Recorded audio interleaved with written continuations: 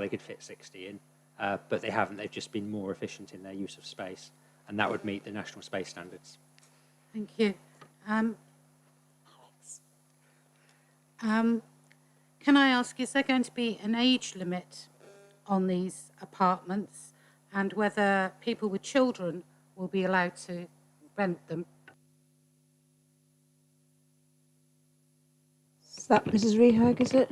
Yeah, thank you.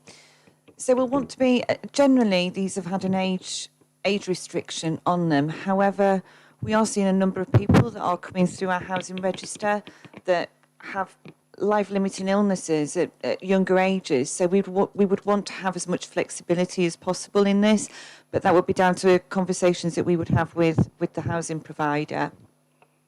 We wouldn't certainly say no children in there. You know, you have a lot of adult children that are still living with their parents, and you know that obviously causes its own impacts if somebody's suddenly left on their own in a large property, etc. Thank you. I just apologise for that. It was just a reminder that the post office is due to reopen in Princetown. That was Without you at the helm for a bit. Can I also go about, the jobs? We say there's going to be 22 jobs. A lot of these people with care packages, it's already been said, they will have their own care provider and they will be going in. With these jobs, we also have to bear in mind they are all minimum wage jobs. There are very few jobs in care that pay more than the minimum wage, and I know because I am a carer.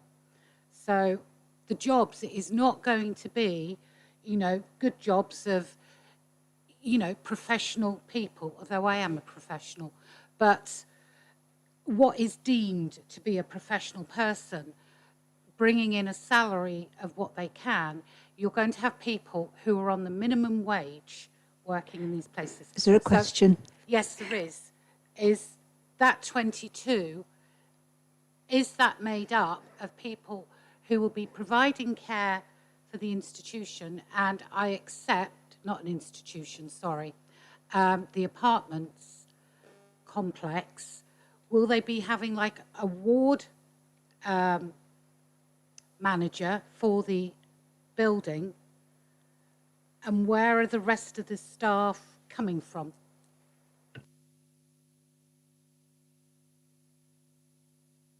Is this something that would come out of reserve matters, essentially, because we're looking at the design and as to who and what and how? Yeah. So, I mean, we're currently at an outline in terms of the care facility rather than the actual details. It's a valid question, Councillor Ewins, but I don't think it's relevant actually to this particular application because I don't think it's something that we can determine, and some of it obviously isn't, particularly on planning terms. But as to whether there be a sort of manager's office or how it's going to be staffed, would be that would be the detailed reserve matters. Okay. I think I was just stressing the 22 jobs are not going to be high profile. Yeah, and I understand that. I have I'll just ask a quick question myself a second, if I can remember what it was now. Oh yeah, we're talking about the West Devon obviously will have a say in who that local provider is, but I wanted to clarify: has there been expression of interest? Has work been done? Is this something that's going to be coming forward?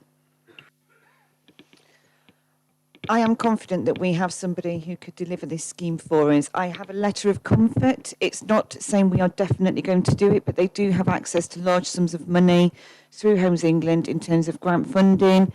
So I'm confident that we could move conversations forward. We've been talking about it for a long time. Where else would we put an extra care scheme in Tavistock? There's just nowhere. So Thank you. That answers the question. Councillor Pearce. Thank you, Chairman. I'd just like to ask Mr. Kitching whether what the difference in parking area is, because there seems to be a difference in the number of parking spaces allocated. And I know this is only outlined, but I think it's important if reserve matters come forward, because with the number of 2-bed units, you could end up with over 100 residents here. So therefore, I'll come back to that on debate, but thank you. So on this indicative plan, the parking is shown is at the level to meet the SPD in terms of parking standards for sort of care type facilities. So that's what's shown on the indicative plan there. But again, I stress that it's indicative, but I'm satisfied that you can get that number of units and the appropriate parking against our SPD numbers on that site. I'll need to go back and double check the numbers, 20 something, but I can come back on that in a moment. But as I say, it's indicative, so we're not fixing the parking. We need to be convinced that it can all fit on the site. No, Councillor Ewings? Yeah, there are 24 spaces allocated to this site, which would come under a C2 class, but the building itself, I think, is coming under an EG again. Is that correct? No, the application's for an extra care facility. It's not under EG. So what class is it under? Extra care can sometimes be C2 or C3. It depends on, it's basically it's a residential use. I think generally they are C2 uses, but I think on appeals, quite often it's a case of it doesn't have to neatly fit into one or the other. Because it's an extra care facility, that's the accommodation proposed, and make a judgment on that. So is this going to be basically, from what we've said, it would be more of a C3 dwelling houses as opposed to C2 residential, which is a residential home, hospitals, nursing homes, boarding schools, residential colleges, and training centres? Or a secure residential, which it certainly isn't. So it would be a C3, which is basically an open block of flats. I've always treated extra care as C2. I'm happy that it's a C2 use. Mr. Wyman, did you want to add any security to that? No? Okay. Okay. Any other questions for the members? Councillor Moyes. Sorry, on a different subject. I'm a bit confused about this. When we get round to voting, what are we actually voting for? Is it just this part? Because it looks as if we're going to be voting for the houses again. Yes, basically we've got a separate application, which is for 44 houses as described, plus the extra care unit.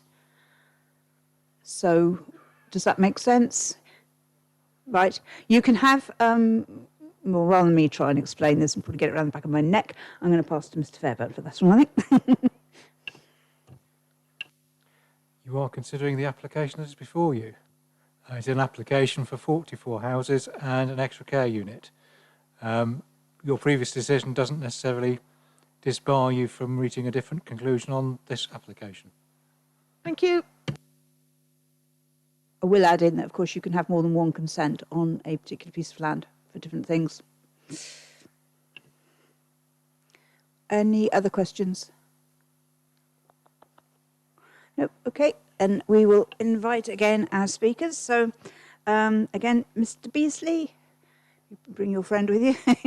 And I won't rehearse the drill. I think you probably know well enough by now. Thank you very much indeed. Over to you when you're ready.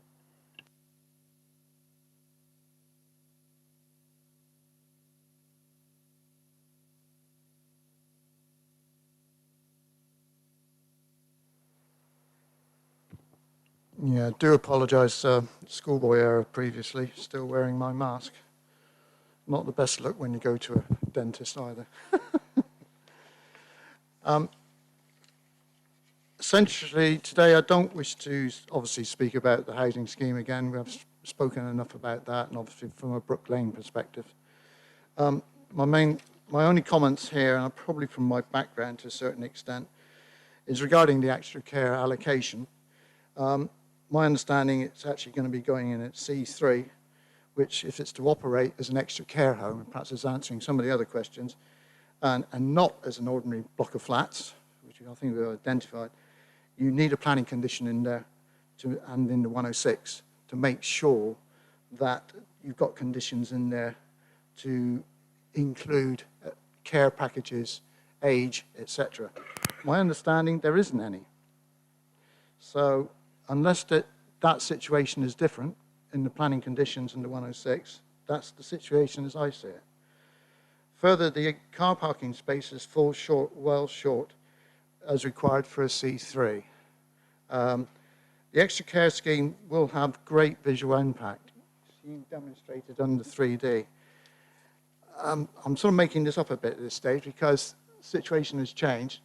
I think it was a great shame a CGI wasn't prepared by the applicant to give a better demonstration of how that block sits in the site, given that they gave us the topness experience, inverted commas, and I don't think that was a good choice at all.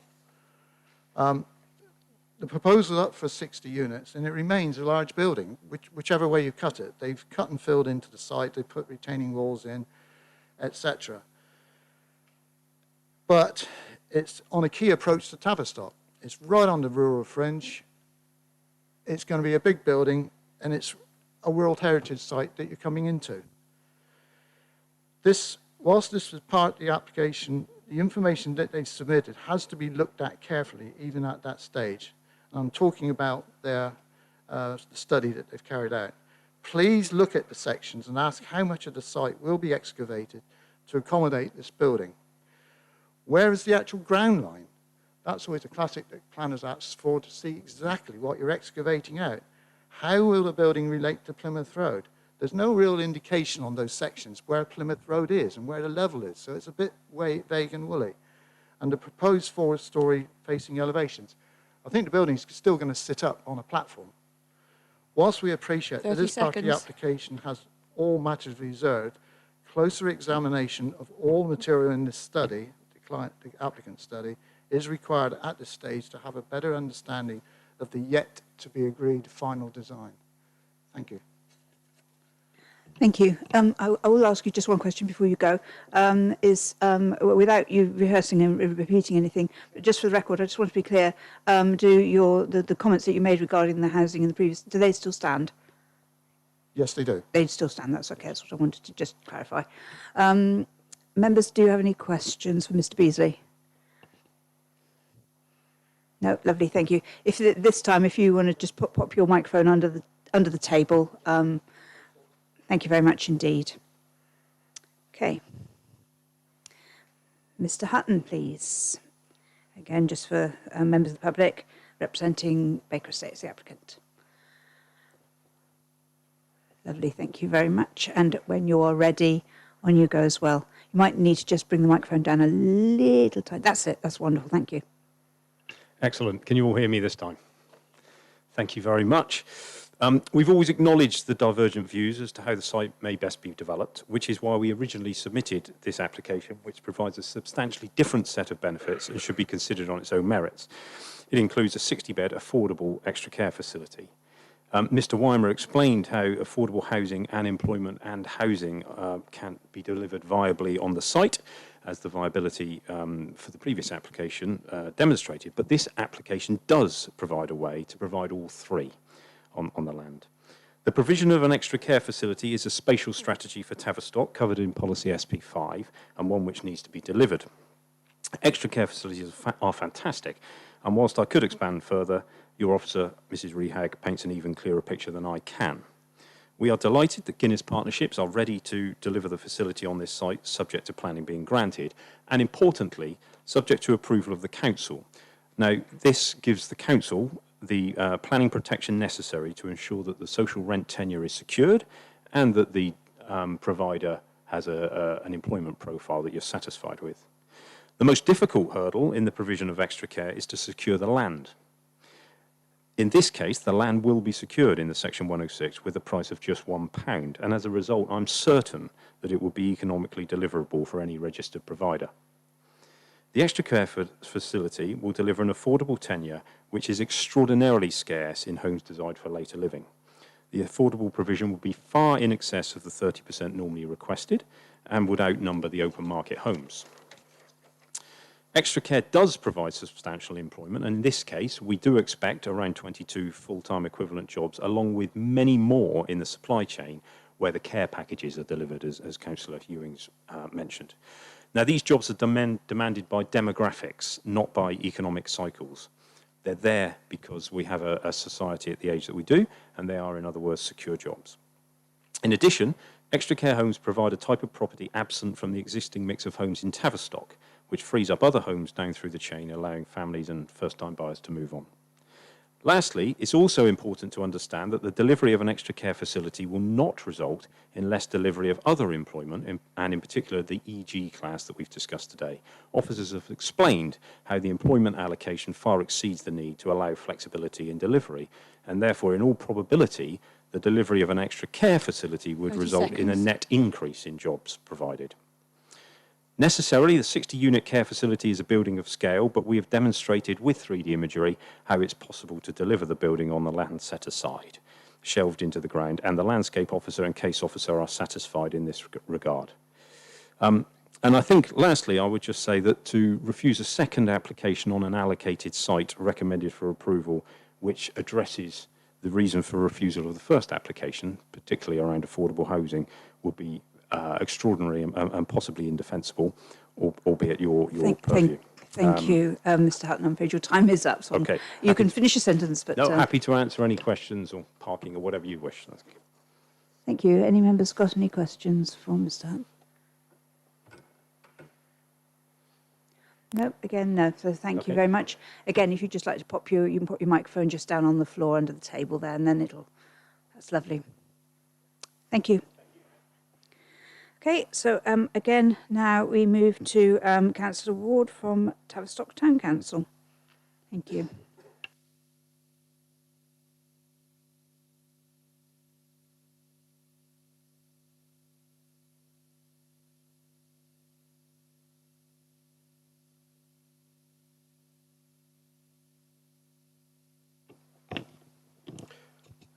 Thank you, Madam Chairman. I'm not going to repeat everything that I said in the previous application. Only I would just make the point that in a worst-case scenario, the reduction in employment floor space in this application would be 56% of that which is specified in TTV 17, notwithstanding the creation of 22 jobs. I'll leave it at that. Clearly, there's a dilemma. There is a need for employment. There's also a need for extra care facilities, and it's a question of deciding which should have the priority. And if I refer you to Spatial Priority 5, which opens, the plan seeks to enhance the vibrancy and sustainability of Tavistock. This will include, number one, providing for mixed-use development to help meet local housing need and increase employment opportunities to support the long-term resilience of the town. There is then a list of other points, and number 8 states, bluntly, delivering an extra care facility.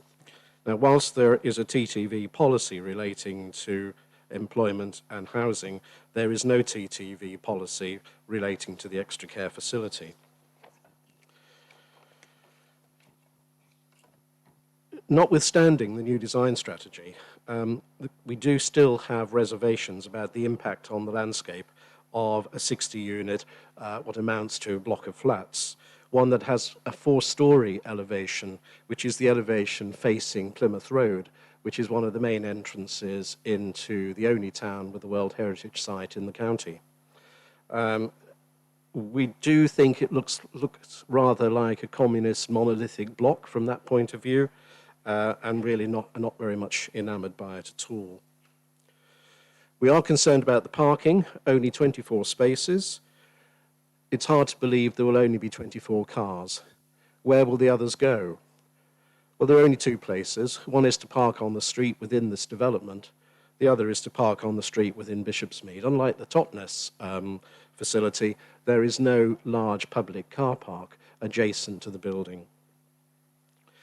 And then finally, coming back to affordable homes, I note the argument about churn, and that may well be valid, but whereas this building will provide affordable homes for a certain group of the population, it is not really going to contribute a great deal to the affordable needs of young people, young families living in the town. And I will leave it at that, Madam Chairman. Thank you. Thank you, Councillor Ward. Any questions for Councillor Ward? No, thank you very much. And Councillor Bridgewater, Ward Member, if you'd like to make your way up to the podium and when you're ready.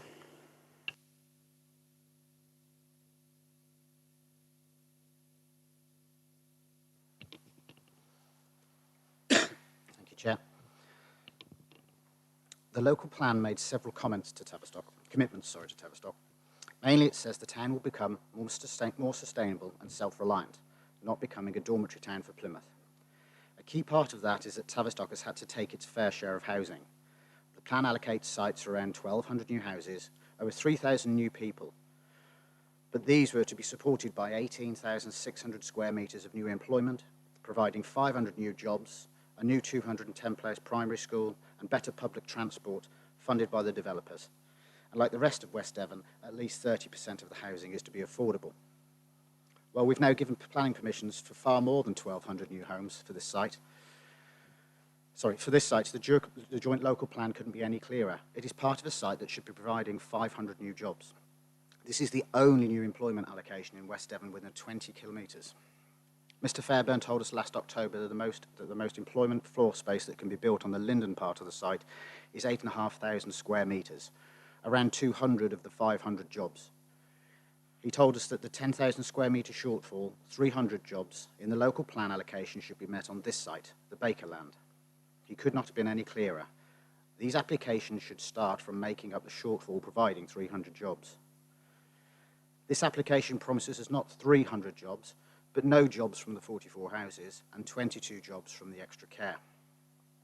It also provides no affordable housing apart from the extra care facility, which will rely on people giving up their houses, and quite frankly, I don't think that the young people of Tavistock can afford to buy those houses. So in two major ways, the application is a huge conflict with the local plan. You then have to ask yourself, are there good reasons for you to disregard your old local plan?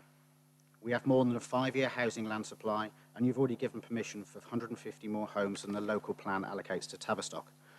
There is no urgency to approve housing on this site. The application says that people of Tavistock can find work again in Totnes, Salcombe, Dartington, but over 90% of these sites are more than 40 kilometres away. And even worse, a quarter of them would result in a 100-kilometre round trip. And none of them are well served by the public transport from Tavistock. In short, the applicant is promoting the exact opposite of the sustainable policies in the JLP. You are told that the extra care home is high priority for Tavistock. Well, so is employment, even more so. The difference is that employment allocation is a full-blown policy, debated and examined and adopted by this council. The care home is nothing but a spatial priority. It is not policy. It is simply supporting text. However, for your information, if it did carry weight, you'll notice in the JLP on the list of priorities for Tavistock, the extra care home is 8th priority. However, the top priority is employment. There is no reason to override the local plan for an application that produces no significant employment, no affordable housing, no school, no public transport contribution, and houses for which there isn't an overriding need. Drawings submitted in the last few days show a building of 4 stories high. This will be the highest building in Tavistock apart from the churches, and a blot on the landscape at the entrance to a World Heritage Site. It is also woefully short of car parking, and the people who will suffer most will be the residents of Bishopsmead on the opposite side of Plymouth Road. Local residents also argue that Brook Lane is inherently unsafe to take more traffic. It is narrow and has no footpaths or lighting. So, Chair, I urge you to refuse permission today, and in doing so, you'll be following your own local plan and supporting the sustainable future of Tavistock that you committed to only 2.5 years ago. Thank you very much indeed. Members, do you have any questions? No. Okay, thank you very much. Mr. Fairburn? Thank you, Chairman. Just to pick up on something that Councillor Bridgewater said about the floor space, I think I dealt with the with the amount of floor space, and indeed I read from the report that I wrote last year. I would also say that this is also a question of planning balance, and in terms of it's balancing potentially a shortfall in employment land or floor space provided with affordable housing. It's a matter of judgment, a question for you. So it's not all about TTV 17 and 18,600 square metres. Thank you. And also, I don't know if Mr. Weber wants to come in regarding the CT use, ensuring that is used in line with that. Can I come in about something else first, and then I have a quick conversation with just the reference to the spatial priorities for development in Tavistock, which is SP5 or page 215 for anyone who's got the JLP in front of them. There are 9 points there in terms of what the plan seeks to provide. They're not in priority order 1 through to 9. They are 9 that have, in many ways, equal priority. So I think it would be wrong to say it's the 8th priority for delivery in Tavistock for an extra care facility. Looking at the whole, they are all important, and they're certainly not in any form of ordering that one's more important and 9 is least important. And I'll come back to you on the other point. Thank you.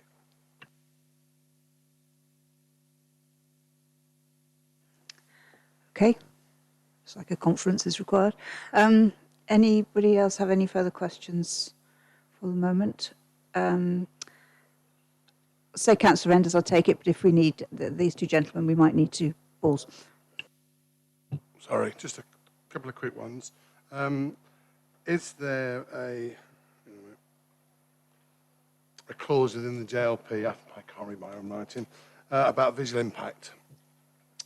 Something that we have a lot on I'm sitting on the other one on Dartmoor. So that's my one question. Is there a clause in the JLP about visual impact? And I'll come back to the other one later. Okay.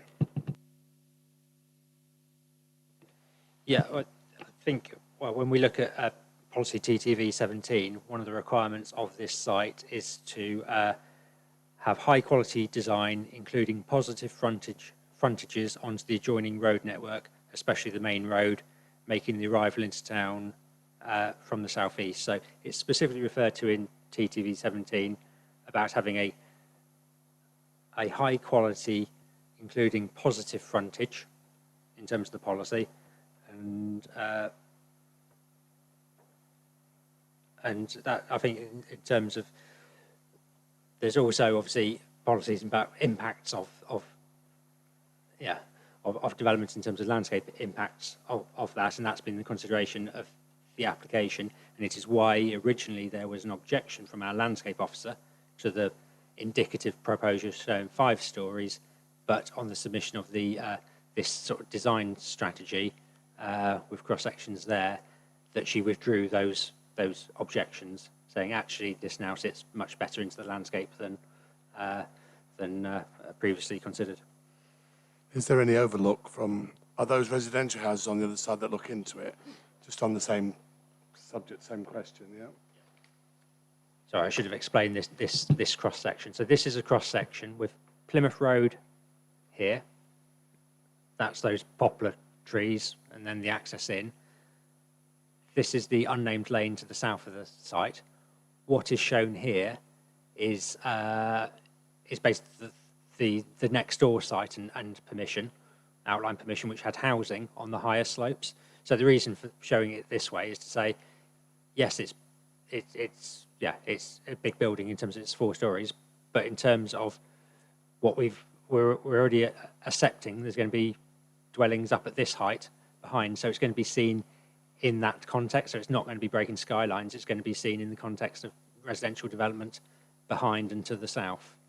And that bottom one is showing a cross section, sort of an east-west cross section, that being one of the bungalows, the end bungalow, and then through that extra care and the unnamed lane there. There's not going to be any impact as regards to people being able to see into these that are already in existing accommodation or in existing buildings? No, our distances are far too great to have any issues like that. That was the case, but thank you. Well, just my other question. Obviously, we rejected the scheme earlier on when it was just a house, and this is obviously something that we've added on the end of it. My question is then, if, well, my worry, this is a question, if for some reason the care home wasn't built, it would affect this so greatly. I don't know if that's a question or a debate. Doesn't sound like a question to me. What would happen if it's a care facility, isn't it? It affects the whole ethos that we're looking at with affordability on this particular site. That's what I haven't worded it very well, but yeah. Is there a question there, or do you We'll debate it. Leave it for later on? Yeah, okie dokie. Members, are there any further questions? Bearing in mind that we need to be looking at the whole application. So I can see you, Councillor Mott, I'll bring you in just a second. But we do need to be looking at the whole application, and we're treating it as a new application. So what has been said before, if there are any questions relating to, needs to apply here. Councillor Mott. Thank you, Chair. I just want to ask, or just to check for clarity, because I sit on the World Heritage Site Board, and several people have raised the issue of the appearance coming into a World Heritage Site. To my understanding and to the best of my knowledge, yes, it is on the approach into Tavistock, but this area is not covered by the World Heritage Site listing.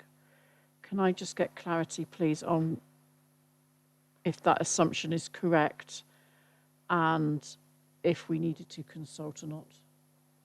Thank you. Yeah, the site is not within the World Heritage Site. I'm going to go back to the previous presentation where I had a plan which showed all the sort of landscape designations. So the AONB, the park, and then the yellow dotted line, that's the World Heritage Site. I think it cuts back there and then down the line of the, is it the canal, railway? Canal, isn't it? Yeah, so it goes down there. Our application site being here, so it's not within the World Heritage Site, although obviously Tavistock's defined as a World Heritage town. Thank you. Mr. Warner.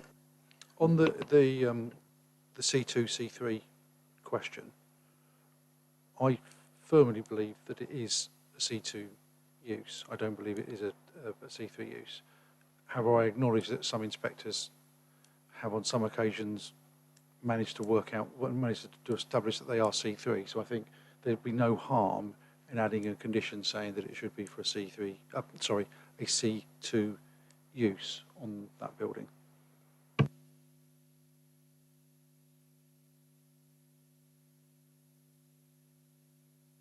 Written that down. Here's hoping I remember it.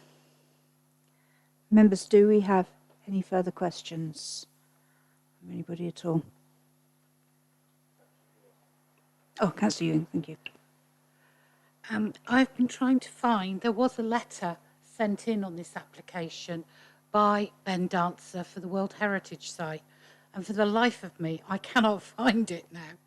But it was submitted, I think, 21st, I don't know whether it was 21st of October, 21st of July, but I know there was one submitted with comments made about the application. Are you talking about on the portal, presumably in the public domain? Yep. Mr. Kitchen, have a little look a minute.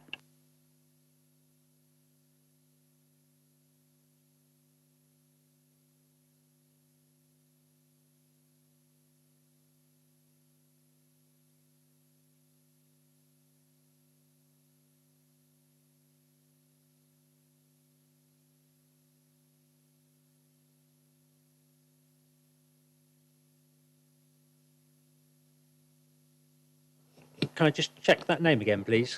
Just searching. Yeah.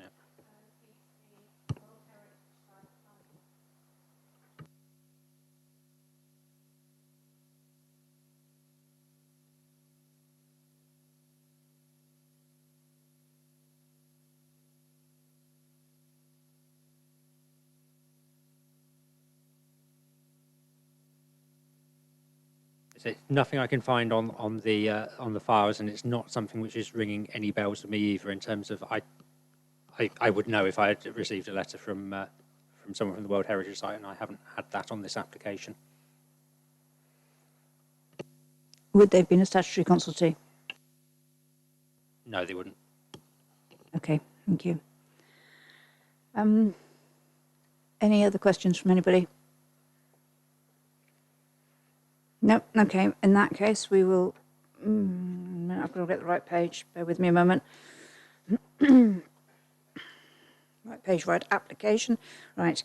Yes, I'll move the recommendation as described on page 43, which again is to delegate approval to the Head of Development Management in conjunction with Chairman to conditionally grant planning permission subject to Section 106 legal obligation for the following as described on page 44 and 45, and including the condition around C2 to ensure that the extra care facility then sits within the C2 class. Is there a second of that, please? Happy to second, Chairman. Thank you. Members, we are in debate. Who would like to kick off? Councillor Pearce. Thank you, Chairman. Members, you have to remember that this is an outline application for this particular site, so the drawings that are given are only indicative. We could get an application come forward totally different to this, what's indicated on the outline application. Personally, I have concerns over the parking arrangements.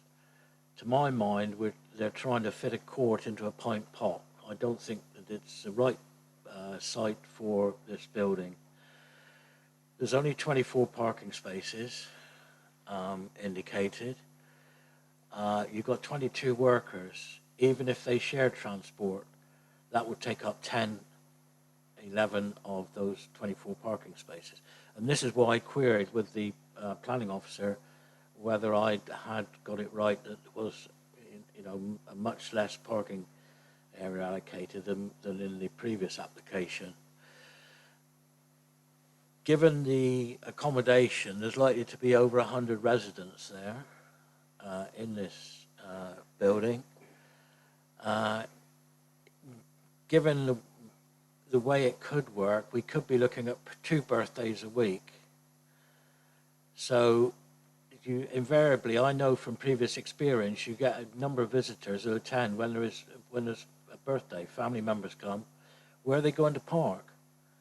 There's going to be a huge amount of parking on the streets of the development of 44 units, housing, and also into Bishopsmead.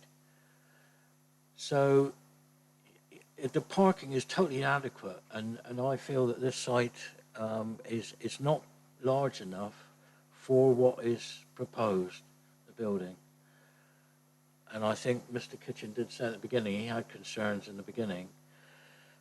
I also have concerns about the entrance into Tavistock. I just feel that although this is outside the World Heritage Site, the actual position, it's coming into to the town of Tavistock, which is in the World Heritage Site.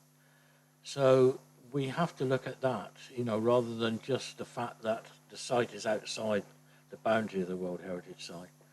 The detrimental impact when you're, coming in from Plymouth into Tavistock, if you do not have a decent development there, is, going to be quite misleading or detrimental to visitors' views to Tavistock. And we do rely on the holiday and tourist business in quite a big way.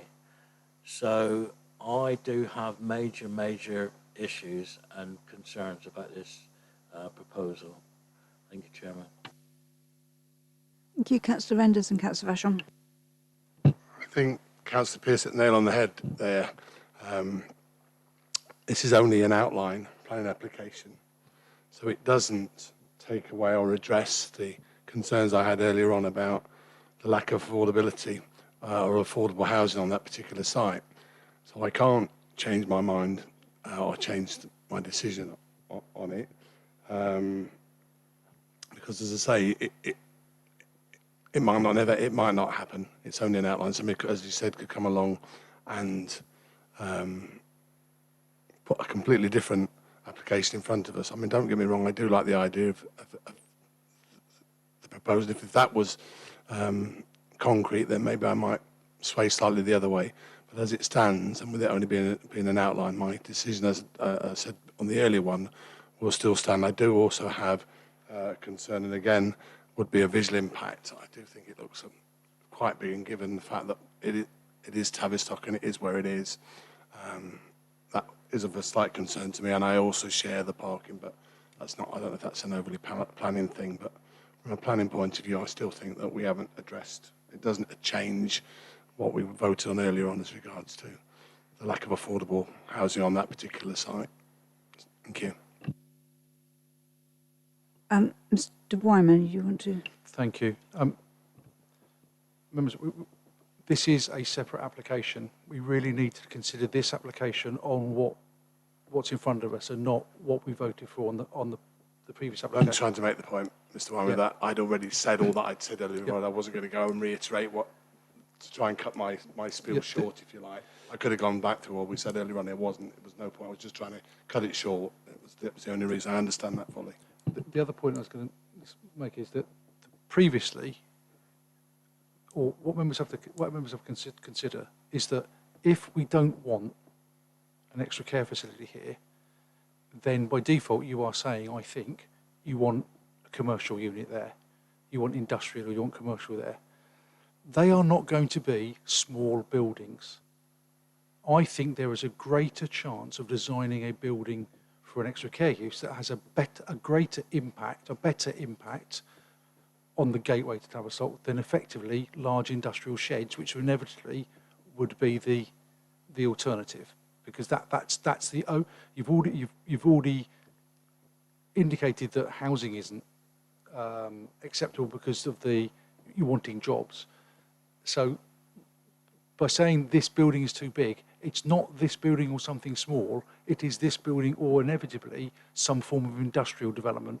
And I would question whether industrial development would have a better impact on the gateway to Tavistock than this building. So I'm just asking members to consider that. But it's only an outline planning application. It's not something that's concrete, isn't it?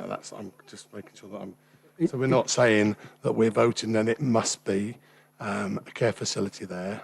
Because if it's an outline, as Councillor Pearce, we could have somebody come back at a later date and decide that they put a proposal in front of us that we would have to consider for something completely different. Is that, or am I wrong on that? Okay, let's, because I don't want spats going back and forth. Okay, what we have got before us is the outline is specifically for extra care land. So if members were to agree to support today or to approve today's application, that would mean that that piece of land would be used to deliver an extra care facility.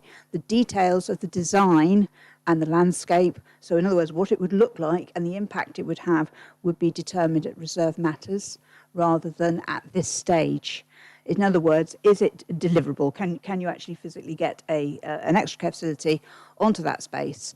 And that is what the planning officer has in his research and in his conversations with the applicant has determined, yes, it is deliverable, otherwise it wouldn't be coming forward for recommendation for approval. So just really to give some clarity there, that is what we are actually voting on. So if we approve this, it would be for that piece of land would be specifically for an extra care facility. Okay? I understand that, thank you, Chair, but I just was asked the point again that it's not guaranteed that would be what.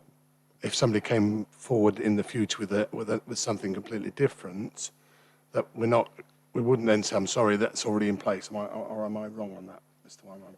That can apply. That can apply to any application. So if you've got an application in your back garden for a 2-storey house, there's nothing to stop you coming in and putting in a different application for a block of flats. You can have more than one consent on a particular site. It's so there's as I say, this is approved. It would grant outline for the 44 houses plus the extra care unit. And yes, somebody could come forward in the future. If that isn't delivered and built out, then they could come forward with a different application. But that can apply on any site, anywhere, at any time. Okay? Anybody want to add anything to that, or have I covered that? Only insofar as Mrs. Rayheck said earlier, we are as confident as we can be that there is an operator willing and ready to take the site on. But I would be foolish to sit here and guarantee to you anything. I had actually Councillor Vashon waiting to come in, I think, and then was that Mr. Fairburn indicating he wished to speak, was it?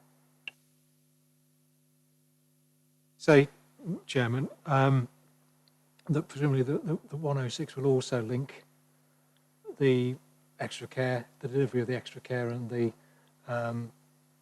delivery of the housing, so the two would be inextricably linked with each other. So you wouldn't get that situation, I think, that you're necessarily envisaging.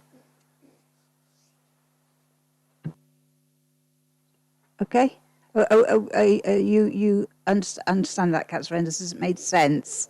It makes perfect sense. I want to be sure I you... was in my head that I know, but also that I was correct, that it could, that we're exactly what we're agreeing to here. We've got confirmed planning on one side of it, but perspective as regards to the other side of it, and that was anything I was going for. Okay.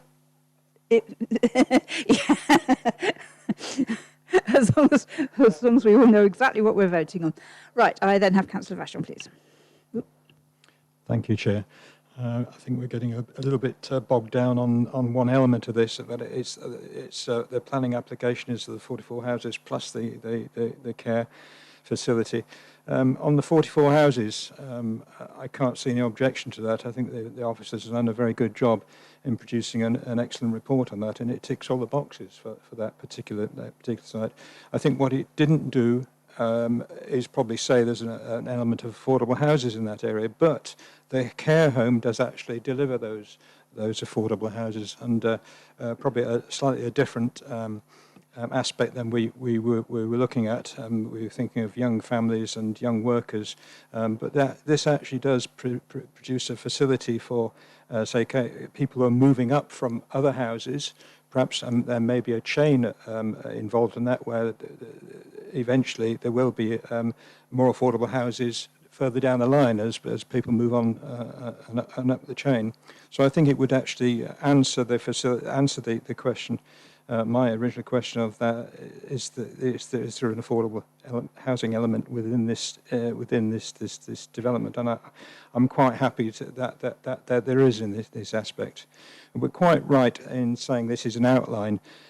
We've no idea what it's going to look like or what it's going to come out in the end, but as long as we have that outline facility earmarked, then somebody can come forward and redesign it however we want it under conditions that we can impose later. So I'm quite happy to actually say yes. I'm happy with this development as it is. I know it doesn't probably deliver the employment land that was hoped, but that can be obviously down for future development. So I'd be happy to support this application. Thank you, Chair. Thank you, Councillor Ewings. Thank you. Sorry, I've got an awful frog today. I have to disagree with Mr. Weimer and his version of a C2 classification for this development. It is very clear, as I read out earlier, it's a residential care home. Residential care homes are for people who need to go into a home where they cannot be cared for in their own property because they need better facilities. A nursing home is they need nursing. An extra care facility is neither of those, and it's certainly not a boarding school or whatever. So they've taken the parking allocation for a C2 to be 24 spaces, where actually we all know it needs probably 60 as a figure and 80 as a figure of parking, and it hasn't got it. They say you won't be able to park up the road of the new bungalows, etc. So people will just go across the road to Bishopsmead. And is that fair to the residents there? It also then puts more strain on that crossing that is going to go there, because you could have more elderly people visiting their friends who have gone into this unit and they can't park when they've driven or whatever. So I just don't agree with how we're looking at it. I think the jobs we do need to look at because they are the lowest paid. And I do note that Mr. Kitchen actually wrote on the end of his report that his decision was finely balanced. Now, when I was on the planning committee years ago, I know what finely balanced meant when an officer wrote it. And I'm not sure it's changed in the years I've not been on planning. So this is an application that we're not totally sure of. I do have difficulties with children living there. It is not aimed at children, this sort of development. And, you know, I love children as much as the next person, but this type of development should not allow children. I don't think they're allowed in Oakhampton, and I don't think they're allowed in Totnes either. We need to be careful. Children need space to play. They need to be able to go and do things. They don't need to be running round, knocking on people's flat doors, causing mayhem. Can you imagine them going trick-or-treating? And it's just not a suitable environment to bring up a child. You know, they need that space. And I know there are a lot of studies, and I've been involved in some of it, of young children with more elderly people and the relationships they can build. But that is in a different setting to what this is. And there's no age restriction on this. I do understand some of Ms. Rehag's arguments that some people have lifetime disabilities, etc., who may wish to go into this sort of accommodation. I look after people who are well under 55, who have lifetime conditions. They have, you know, a property that, you know, is a bungalow that they manage through Live West and things like that. So I'm not even sure it's totally appropriate, because the lady I can tell you about has 4 wheelchairs in one property. So these bungalows aren't going to have it. My other question, which is complete semantics, is going back to wet rooms. I would hope every single one of these has a wet room, but there's a special bathroom area, because the, you know, the disability facilities grants will be empty.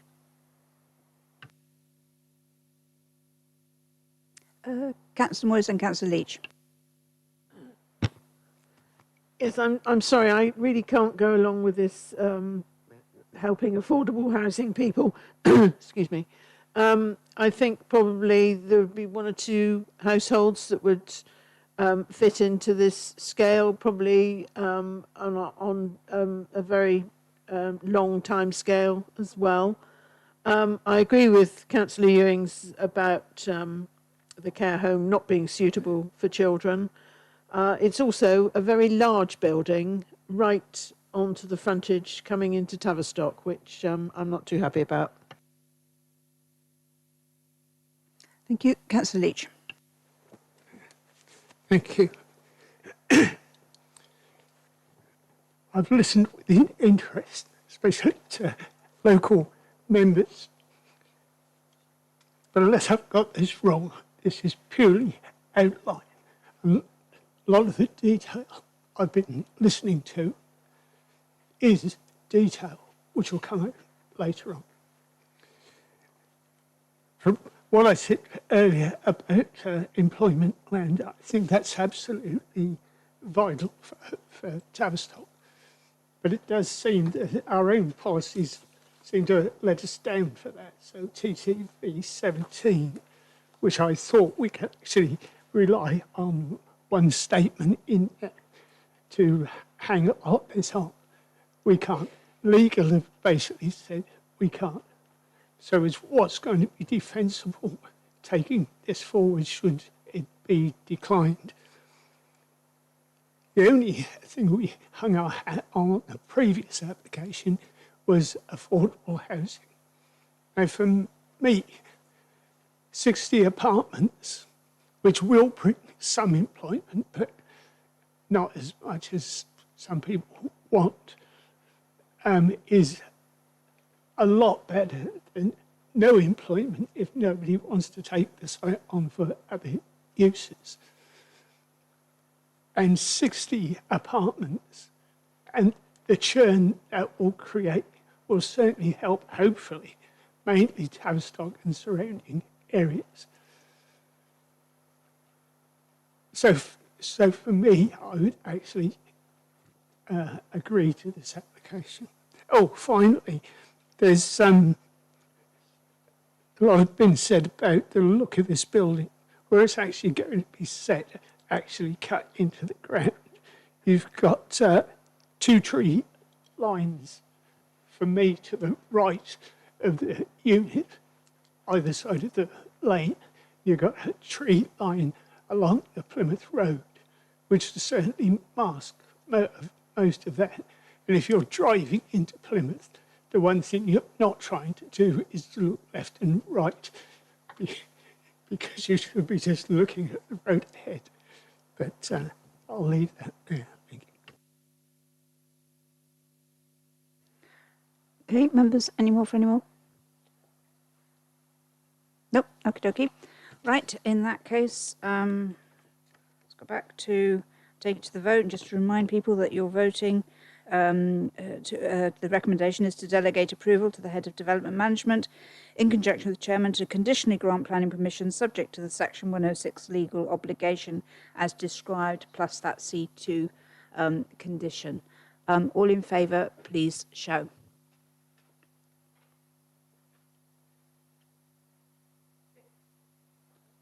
Sorry, what was that? 6 against.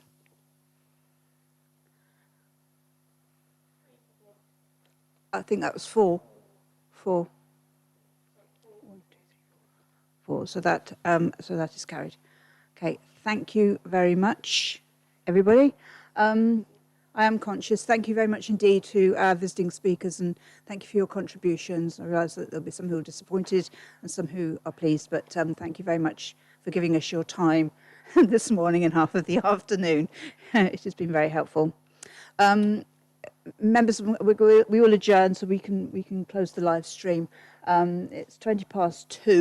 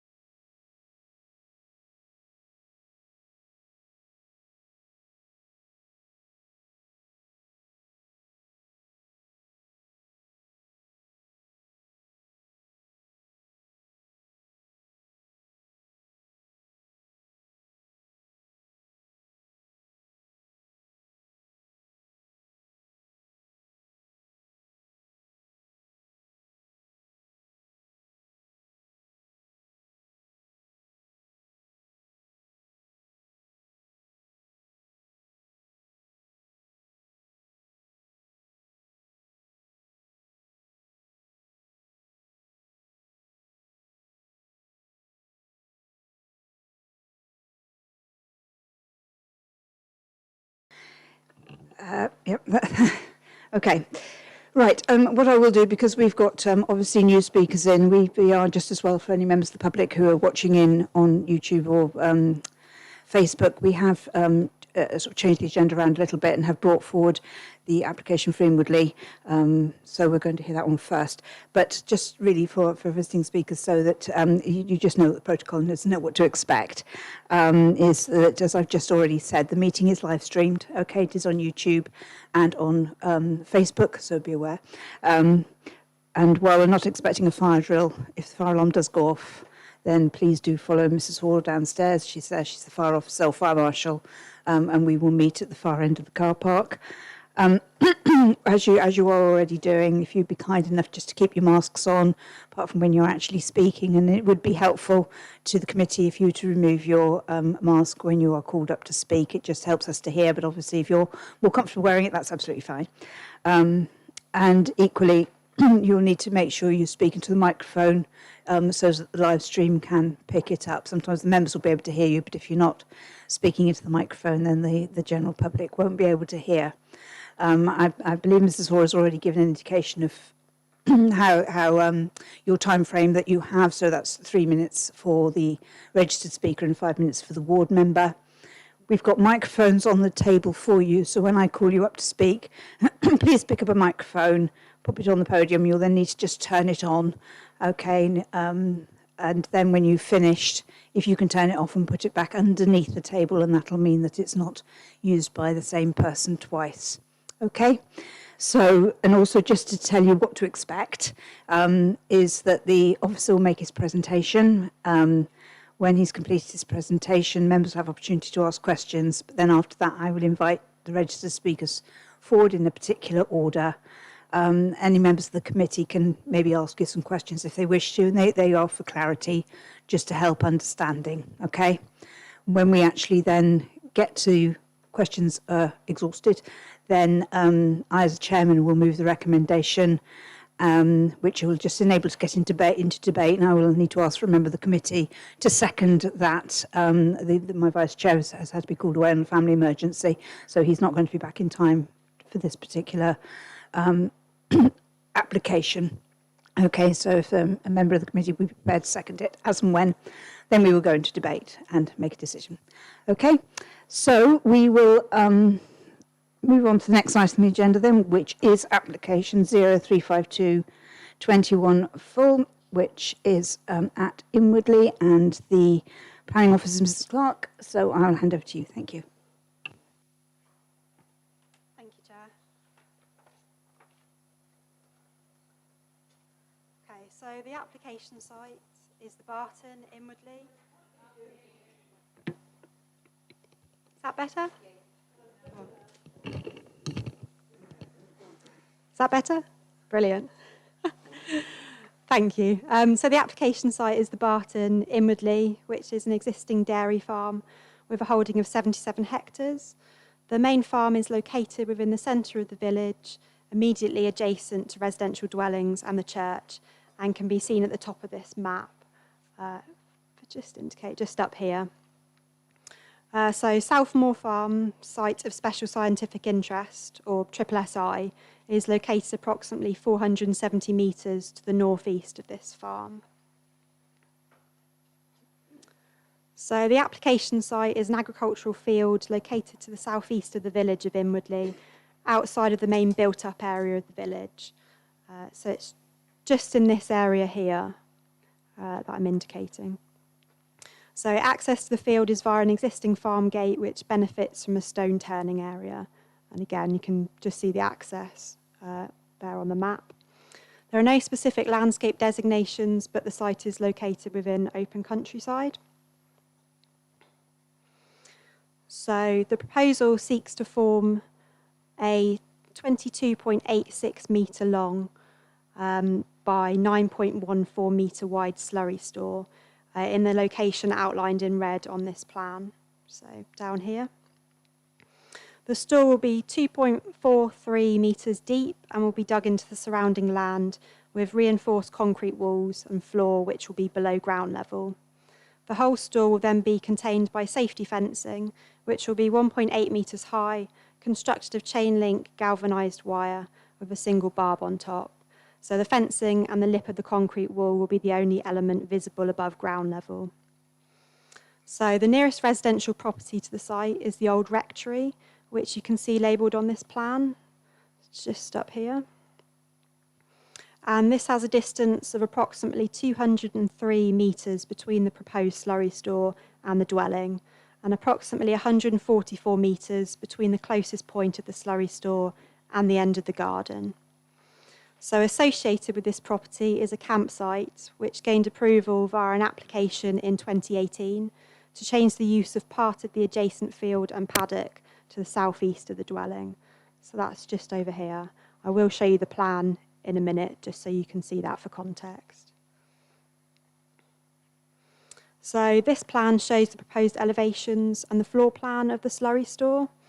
The store will utilise an umbilical cord system for emptying and does not include a cover, as a natural crust will be formed.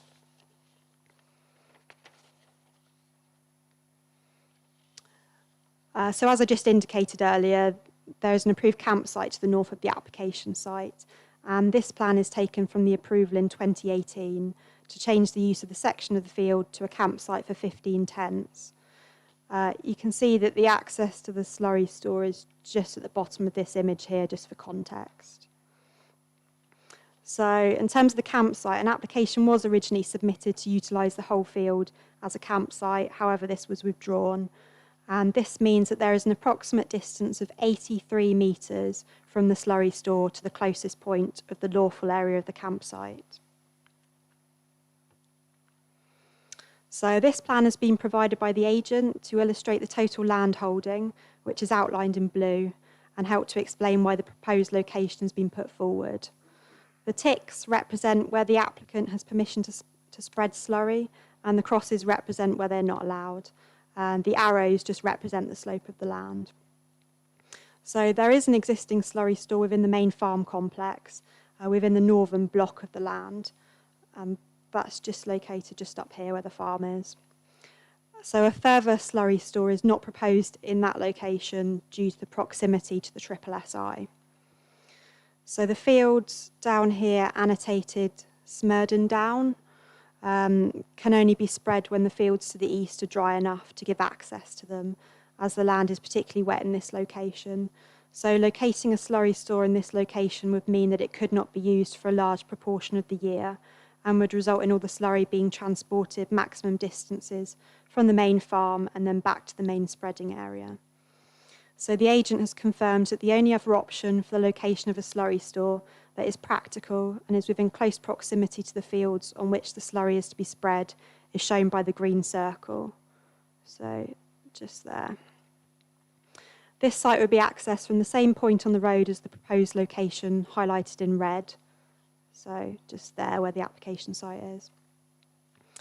But that would require a new track of 200 to 240 metres to run along the hedgerow to give access to the land.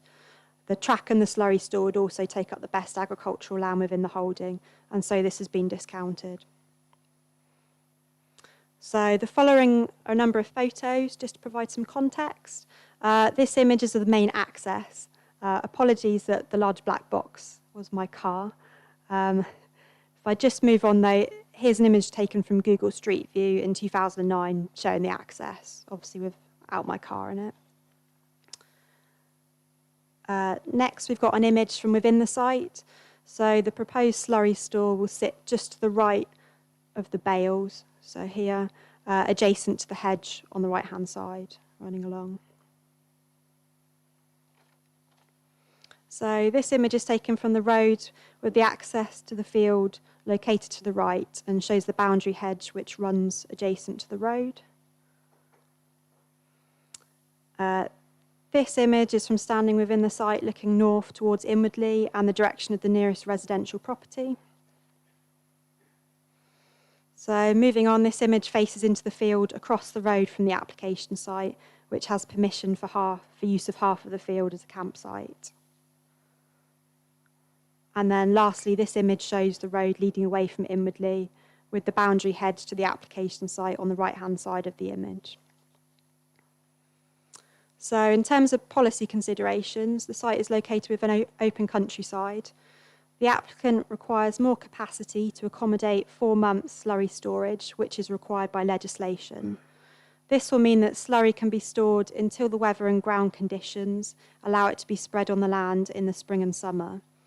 The storage facility will negate the need to spread slurry in early spring, when often the ground is too wet due to heavy rainfall, and this will mean that the slurry can be spread at the optimum time later in the spring and summer. So I would consider that sufficient justification has been given to demonstrate a need, and that the principle accords with JLP policies SBT 1, 2, TTV 1 and 2, TTV 26 and DEV 15. Given the justification for the siting I mentioned earlier, and as the slurry store would be sited adjacent to an existing hedge and would be well screened from public vantage points, I would consider the proposal to have an acceptable impact on the rural landscape in accordance with policies DEV 20 and DEV 23. The environmental health section has considered the proposal and the representations received. Whilst the neighbour has raised amenity concerns and the impact of the slurry store has raised amenity concerns and the impact that the slurry store will have on their amenity and the amenity of the users of the campsite, the slurry store will be managed with a crust to reduce ammonia emissions, and the slurry store will feature a permanent inlet pipe so that the slurry can be pumped in beneath the surface of the slurry so that the crust is maintained during the storage period, which reduces odours. Environmental health consider that given the separation distance from the dwelling to the proposed store, the proposal will not result in an unacceptable impact on amenity. Whilst the campsite is located closer, given the seasonality of this use, and as the slurry will primarily be spread up until the beginning of June, there is considered to be a low chance of impact on these users. So the proposal is therefore considered to accord with JLP policies DEV 1 and DEV 2. Given the proximity to the SSSI, Natural England requested further details during the course of the application via a scale assessment, and that stands for Simple Calculation of Atmospheric Impact Limits.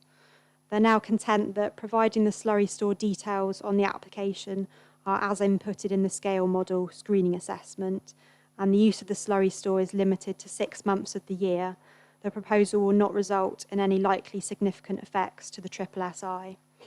So adherence to the scale assessment and to only use the store for 6 months each calendar year is therefore recommended by condition, which has been agreed by the applicant. The proposal is also considered to be acceptable from a highways and access and drainage standpoint, and so the officer recommendation is that of conditional approval. We do, just to say, have Janet Wallace, who's a representative from environmental health here today in case we have any questions relating to amenity. Thank you.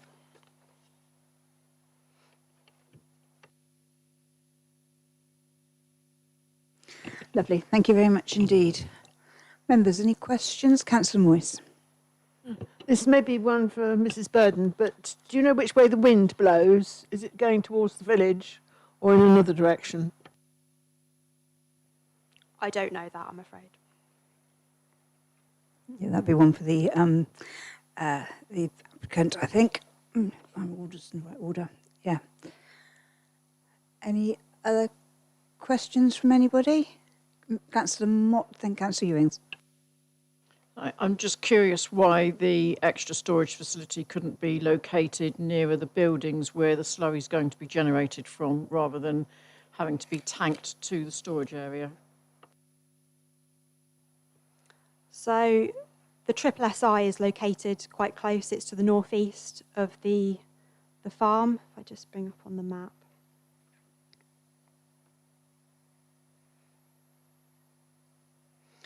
So it's not included on this map, but it's up in this direction, the SSSI. So I think the reasoning is that it should be further away from the SSSI to have less of an impact on that environmental designation. I think it also takes it further away from the village itself, because I think the existing slurry store is here, and obviously that's very close to the main body of the village.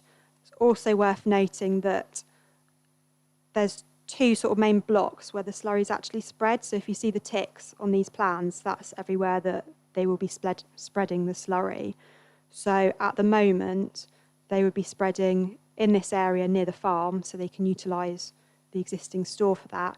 But they're then having to transport the slurry through the village and then spread it in these areas. So it will always need to be transported through the village.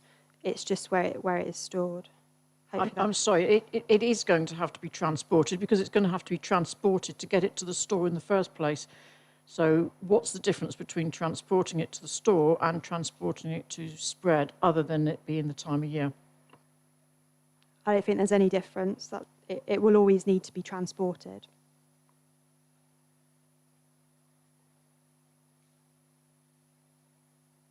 So other than the fact that you've got the triple SSI up in the top there, I'm struggling to understand why it is located away from the main holding.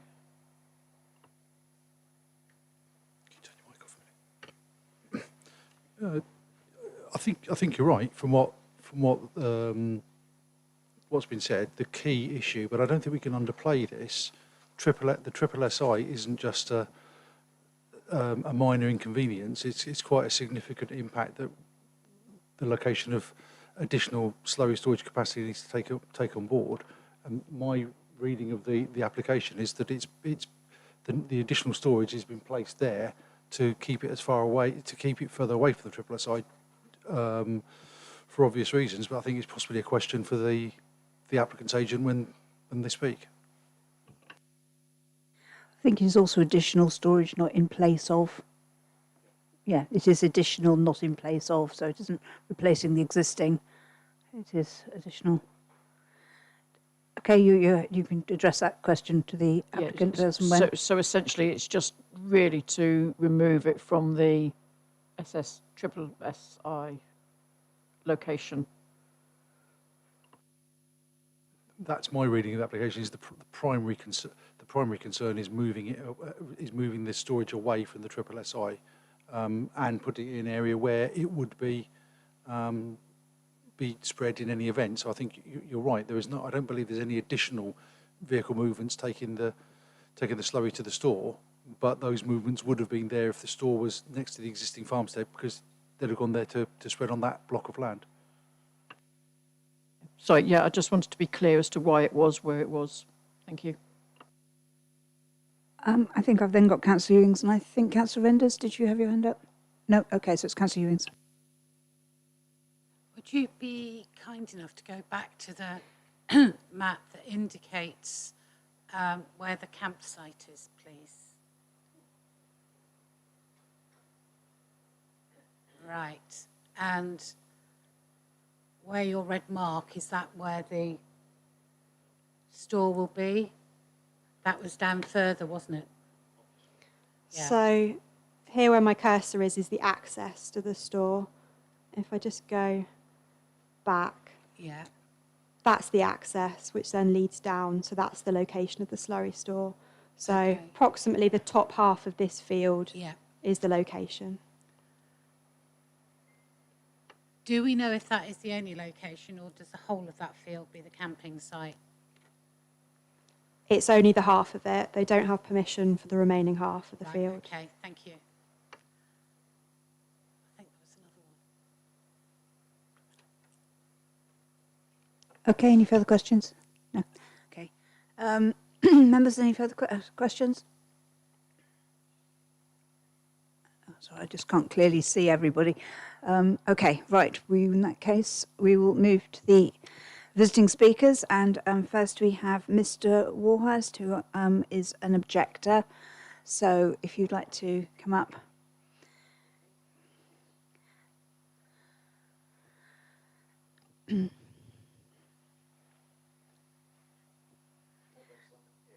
Yes, please. There's a button on the side of the microphone that you just push. That sort of turns the power on.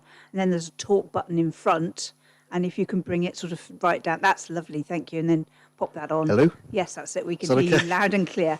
Okay, so you'll have 3 minutes. And Mrs. Hall will give you just a 30-second warning as you get towards the end. And if you haven't finished within 3 minutes, I will need to stop you, okay? Okay, I will keep it brief. Thank you for your time. Okay. Thank you for your time today. I wanted to speak in objection to this application I don't disagree with the need for the additional slurry storage and its identified reasons and benefits, but I do object to the proposed location and to some of the ways in which it may be used. Despite the environmental health comments that my garden being 130 metres away is probably enough to be safe, I remain concerned about the health risks to my family, along with the potential for odours and flies. Please be assured I'm not being deliberately stubborn, but I remain convinced that the health risks are real and factual. I can see why the applicant would prefer the proposed location, but that doesn't make it the right thing to do. The prevailing winds, in answer to an earlier question, blow in a northeasterly direction, which will take it right across the campfield. These winds will carry the odours and toxins detailed in my original letter, including harmful ammonia particles, which are proven to cause lung, respiratory and cognitive disease. 2019 documentary, investigation by Channel 4 and Investigative Journalism Bureau provided evidence that halving slurry ammonia emissions would save 3,000 lives a year in this country. And there are also several recorded cases in Devon where individuals have suffered such health problems as a result of living up to several hundred metres downwind of such a pit. I therefore also have the same concerns for the campsite and would be anxious about letting people continue to use it.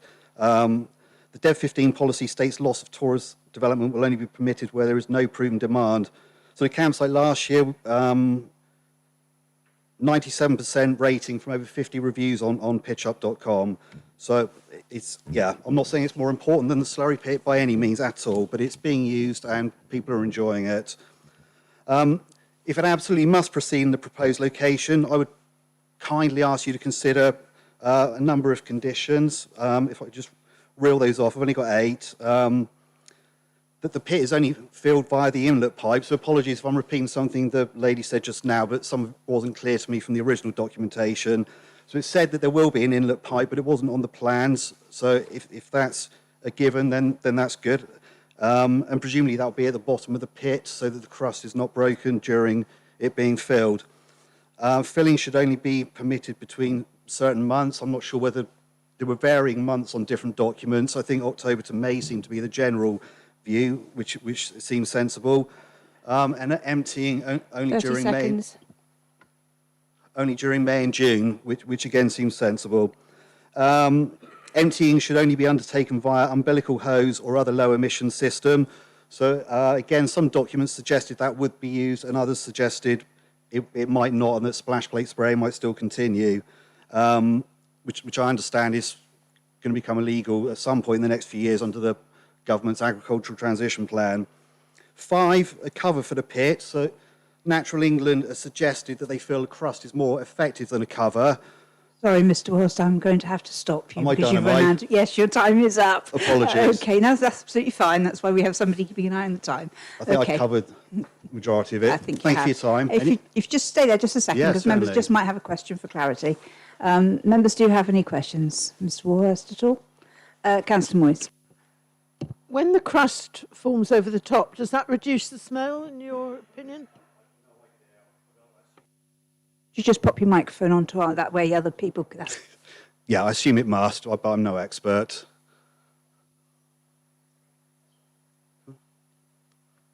Lovely, thank you. Any other questions? Councillor Mott? Presumably the applicant spreads slurry on those fields throughout the year anyway, regardless of whether there's a store there or not. How are you impacted with that? And how would this be any different?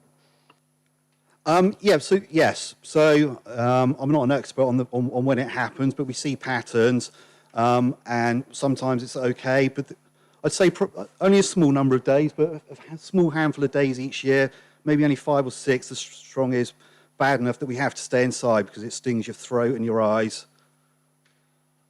That's country living, I'm afraid. Yeah, no, I'm not. Yeah, that's fine. I'm just saying. Anybody else, any questions? No, I don't think so. Thank you very much indeed for your time. Okay. If you'd be kind enough just to turn your microphone off. Certainly. And then just pop it on the floor under the table, and that'll make sure it's not picked up by anybody else. So thank you.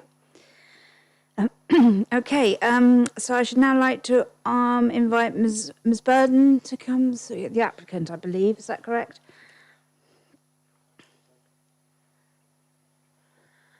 Okay. Brilliant. Lovely. Marvellous. Right, do you have your 3 minutes? Okay, thank you. Good afternoon, members. I act for the applicants, Andrew and Maggie Dennis, who farm at the Barton in Woodley, where they run the pedigree Holstein herd Denbar herd of dairy cows. The dairy business is run by the applicants together with their 2 sons, who are the 4th generation of the Dennis family to farm at the Barton. The Barton, as you've seen on the plan, is situated within the centre of the village of Inwoodley, which, whilst outside the nitrate vulnerable zone, is close to the Southmoor Triple SI. The applicants have been working closely with the Environment Agency to provide additional slurry capacity to accommodate 4 months storage and to provide a slurry system that takes slurry away from the village and the Triple SI, and this would not be permitted either by the Environment Agency or Natural England. The proposal is therefore to create a slurry store on land to the south of Inwoodley, which, as you see, is situated on the main block of land where the slurry is spread by an umbilical system at the moment. The store will comprise reinforced concrete walls. There will be no lights, and the only bit that will be visible is the link fencing that's above. The Environmental Health Officer, as you've heard, Mrs Wallace, has confirmed that since the slurry store is only filled during the winter months when the cattle are housed indoors, when there is least likelihood of impact, with only very localised odour of 20 metres or so. So the properties are 140 to 200 metres away. The Environmental Health Officer also confirms and encourages the slurry store to be open to allow a crust to form, because what happens is the crust forms and then the odours can't escape. So the odours then only do escape when the crust is broken for the slurry to be stored. But if it's spread on an umbilical system, the slurry goes from underneath the bottom of the store and just goes straight out into the field. Sorry, I'm gesticulating.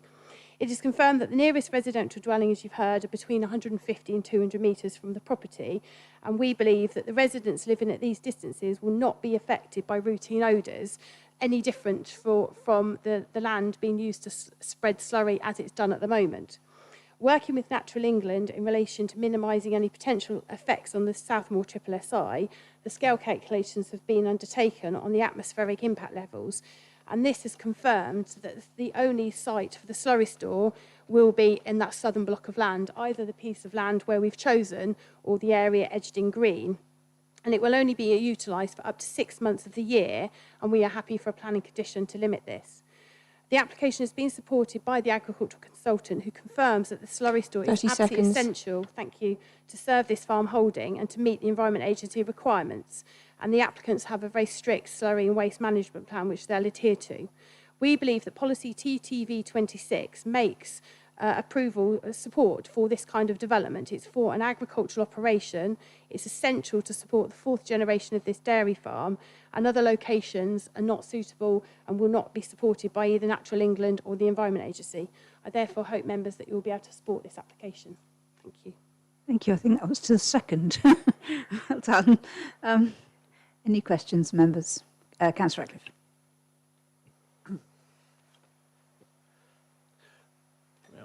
Thank you, Chair. My question is really safety here. I remember hearing on the news about 5 or 6 years ago of some children, or particularly one boy, who drowned in a slurry pit, and they obviously were playing, investigating, and it's very tragic. But I note from what the officers report that there's going to be fencing around it, 1.8 metres, 6 feet high.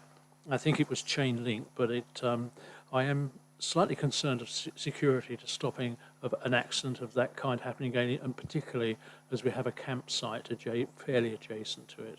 Interested to have your thoughts.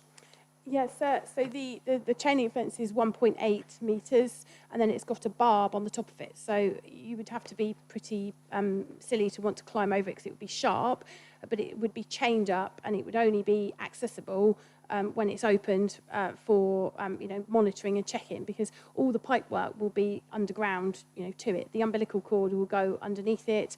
The infill pipe will be underneath. Farms are dangerous places, and the applicants would do absolutely their best. They've got 3 boys, one still at school, the other 2 on the farm, so they certainly wouldn't want anything to happen to anybody. So, but that is the rules for slurry stores are 1.8 metre chain link fencing. That's what's required. Thank you. Any more questions? Councillor Vachon? Yeah, thank you. We've got this down as an additional facility, so you'll still be using the one up near the buildings to the north, I presume. So that means you've increased your capacity, or the capacity has been increased over the time to need this facility. Is that correct? Could you pop your microphone on, please? Thank you.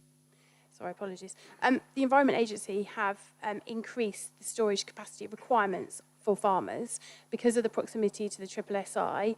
They have asked for more slurry storage, and they've asked for 4 months' worth of. I'm sure it was on one of the notes. Because I made a note and thought, that's strange. Oh, okay. No, it's not, sir. And is the, well, you might not even answer this question, that's why I saved it. Is the campsite open all year round or not? I'm not sure. Okay. Because I'm not involved with that, but I understand it's only sort of, that's why we've put the condition to the 1st of June, because the predominant use is, because it is just tents, is July and August and September. So therefore, no spreading, no vehicle movements will occur when the campers are there. Right, I need to find 1 minute, so thank you. Any further questions? Lovely. Thank you very much indeed. If you'd like to pop yours under the desk. Thank you. Okay, and then Councillor Tony Leach, who's the ward member. So, and he has his 5 minutes.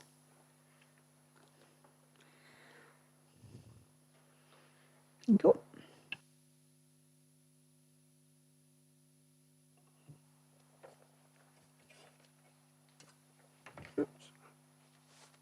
I won't take 5 minutes.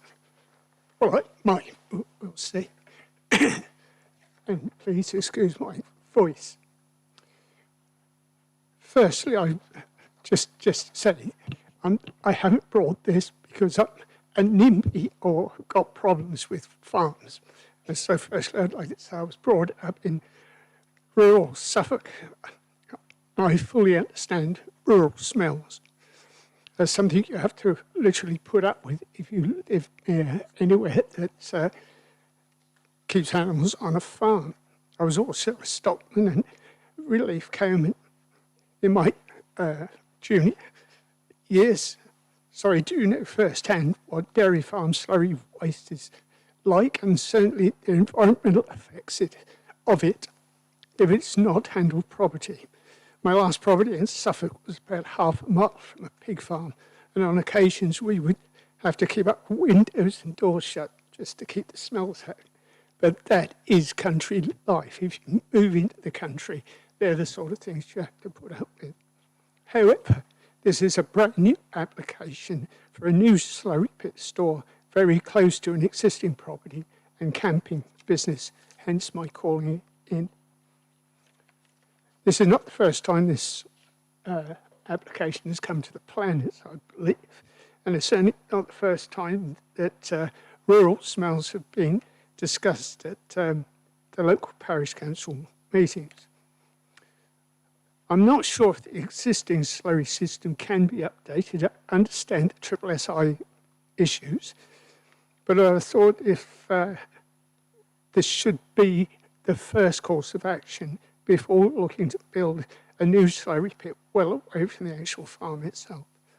If the existing arrangements can be upgraded, then I believe that it would actually help reduce the need for farm vehicles hauling slurry waste along the roads and through the village.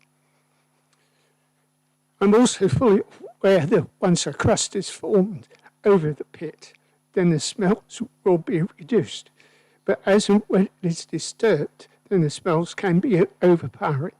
Not always for those working with it, because you actually tend to get acclimatized to it, as I found out personally, but not those who are actually around you and it. Dev 2, stroke 1 and 2 state that any development should avoid any harmful environmental effects. This proposal could cause harm to the air quality to the neighbouring property and campsite if not managed properly. And once built, then it's too late for us to change our minds. This is also developed in the open countryside, so it can be seen as going against Dev 26 of the Joint Local Plan. Under TTP 26, the aims of this policy is to protect the role and character of the countryside. It's hard to see that this proposed application will do anything other than damage the character of this area of the countryside. It will also certainly not enhance the immediate setting of the site, especially that of the neighbouring property. Human rights are often mentioned in planning applications, but hardly ever used as a reason to say no. But I feel that this act should be taken into consideration, considering this application as any issues that arise from the operation of this proposed site slurry tank could well be detrimental to the peaceful use of the neighbouring property and campsite. I would therefore ask the committee to decline this application as it is, and maybe there is a more appropriate area on the farm that can be used for this operation that will not affect anyone. That's it. Thank you. Members, do you have any questions for Councillor Leach? I'll escape quickly. No, you're okay. So if you'd like to, well, you know the drill. If you don't know it by now, then. Okay, thank you. Members, that's the last of our speakers. Has this generated any further questions that you wish to get clarification on before I move the recommendation? Councillor Ewins. I'm a little confused from what Councillor Leach has said with regard to this. Do I understand it's to do with the SSSI that the applicants are being asked to put in a new slurry pit away from their previous one because of the location? That is correct, isn't it? Yep, okay, Mr. Weimer. Councillor, from what's been said today, my understanding is that there are new regulations have come in by either the Environment Agency that have set out that the farm holding needs to provide additional capacity to what they've got at the moment. They need to provide capacity for 4 months. I'm assuming that's 4 months of filling and not emptying, so 4 months worth of storage. And that has to be provided. I don't believe that either Natural England or the Environment Agency have been prescriptive in terms of it has to be this site, but there certainly would appear to have been discussions with them, and this is a site that they would prefer, that the Natural England are happy with, because a site close to the farm buildings causes problems with the SSSI. Does that help? It actually, if you look at 108 of your agenda under site description, it does actually say that that they do need more capacity to accommodate 4 months of storage. Okay. Yeah. Okay. Members, any further questions? Okay, in which case I'm going to find the right page a minute. I will move, where's it gone? Here we go. I'll move the recommendation, which is for conditional approval with the conditions being described on page 108. Is there a seconder for that, please? Or Councillor Enders? Second that one, Chair. Sorry? I'm happy to second that one, Chair. Okay, Councillor Enders actually got there first, so thank you. Everybody just wants to move it into debate, which is brilliant. Okay, members, any debate? Councillor Ewins. I can understand the objector and Councillor Leach's point of view, but fundamentally, this is a farm. It's a dairy working farm. It has a good head of cattle, and we really should be supporting farming industry. And, you know, if regulations have come in, you know, it's a case that they have to be carried out. You know, I don't hear the objector or Councillor Leach saying, well, basically, you've got to close the farm down because we can't grant you planning permission to move your, have an additional slurry pit. And, you know, I strongly feel that we should be supporting this application. Thank you. Councillor Enders. The only concern I had on this was the partly to my question earlier on that didn't actually happen, was the smell from the proposed slurry pit would have a detrimental effect on neighbouring properties. Specifically, from my point of view, was the campsite. It did cause me one or two problems, and then I thought, well, maybe, I'm agreeing with what Councillor Ewan said about, we've got to support farmers, and maybe it would just add to the experience of camping on a farm. Anybody else? It would appear not. Okay, in that case, I think we will take this to the vote. So all those in favour of conditional approval, please show. That's unanimous. Thank you very much. So thank you all very much indeed for coming and for your contributions. And thank you for your patience as well and for waiting. Okay, thank you. Okay. Yeah, we just need to do a quick swap around of officers, so just bear with us for a few seconds.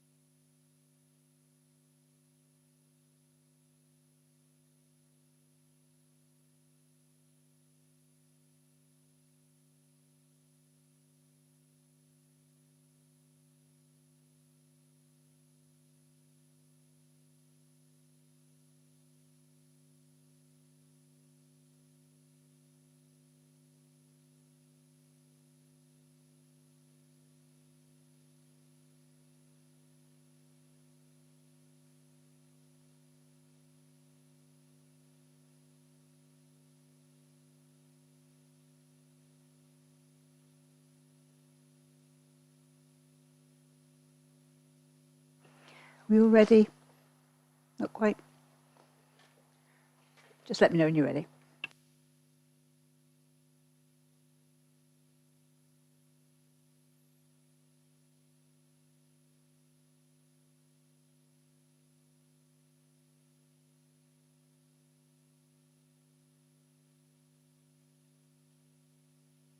Okay, so we will move now to item 6C on the agenda, which is 282821 full, which is the application at 1 and 2 Spring Hill.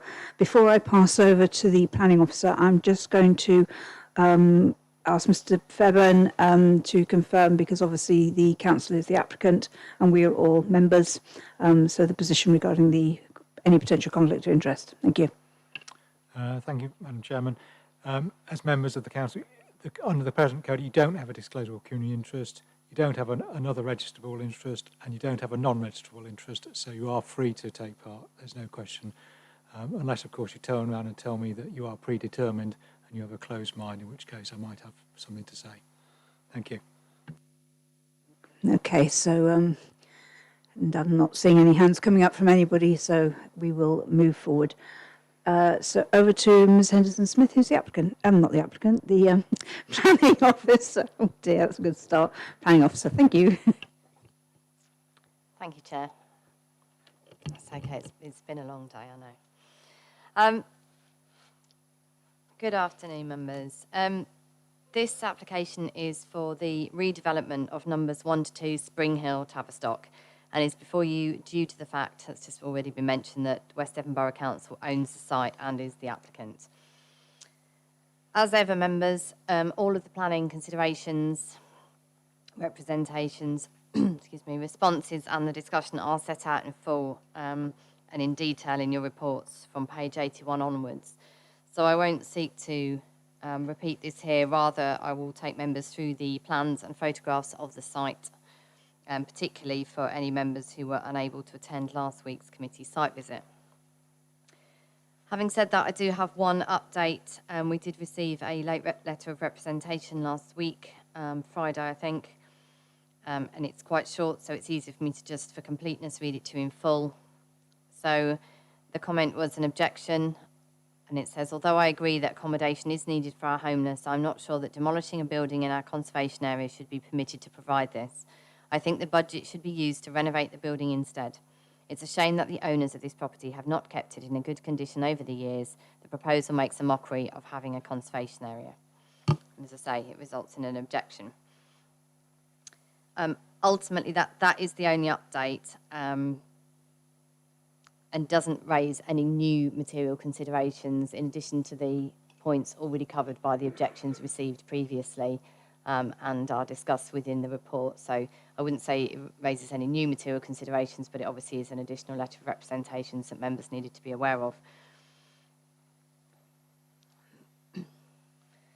So before you can see the site, it's on the corner there, quite a prominent site of Spring Hill. The proposal is to demolish the existing building, salvaging the stone and slate, and rebuilding a new premises on the site with the salvaged material facing the frontage of the new building. The building is currently vacant, but its last use was as accommodation for those persons in housing need. The proposal, as per the full application title in the report, is for the same use, so temporary accommodation for those who are homeless, entering or leaving care, or have additional support needs. The building currently has 9 units of accommodation, and the proposal is for 11 units. So taking you through the location plan in the first few slides, the site's located on a prominent corner. You can see its end terrace here on Spring Hill in Tavistock. The building is a non-designated heritage asset, but lies within the designations of the conservation area and the World Heritage Site. It is identified as a positive building in the conservation area.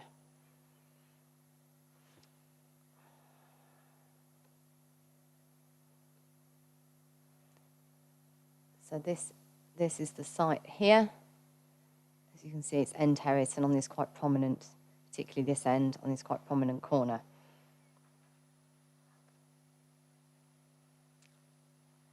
As you can see from the existing site plan, and then flipping to the proposed, there's a shared access that comes around the back to the NHS properties and serves the extent of the ownership of this property at present at Spring Hill.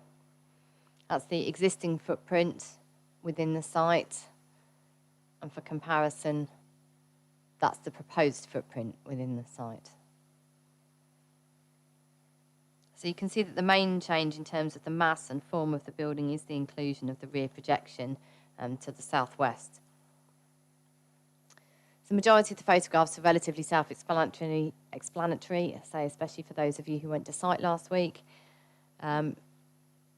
But this is the view looking southeast along the road towards sort of Tavistock proper, if you like, towards the town centre. And here you can see the shared access I just talked about, the residential properties beyond to the left here. And as a point of reference, this is the top area of the Roman Catholic Church, which is listed. Again, site from the rear looking northwest, which shows where the access splits. So the access goes around the back of 1 and 2 Spring Hill here and down to where I would have been standing. Sorry, excuse the typo. And round to the back of the property here, which finishes at this vegetated wall here. And that's square on from the back. So the application property finishes where the stone finishes and goes out to the entirety of the render here.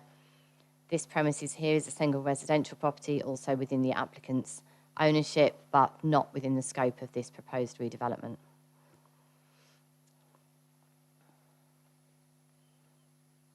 These are just some current internal photographs, as I said, and to give members an idea of the state of the inside of the building. It is vacant. At the moment, it was vacated by the previous operators.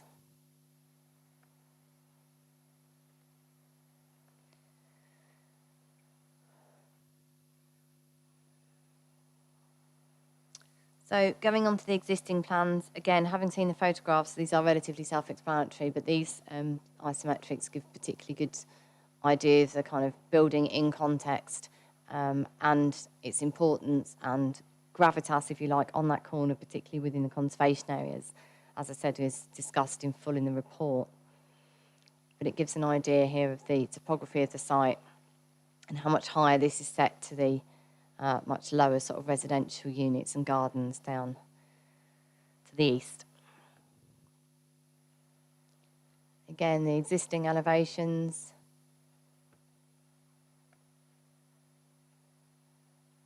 You can see there are 4 stories at present, one set almost entirely below road level and one within the roof. And again, this shows the internal layout as it stands at the moment for the 9 units that are there at present, and the roof space.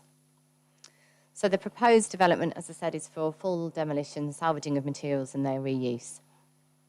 So again, you can see the repetition of the building's form and frontage, although the new proposal is sat back slightly from the carriageway to allow safe pedestrian access. At the moment, the building, certainly on its left-hand side, looking at the frontage, sits immediately adjacent to the carriageway. You can't walk from the rear round to the front doors of the building without actually walking on the highway.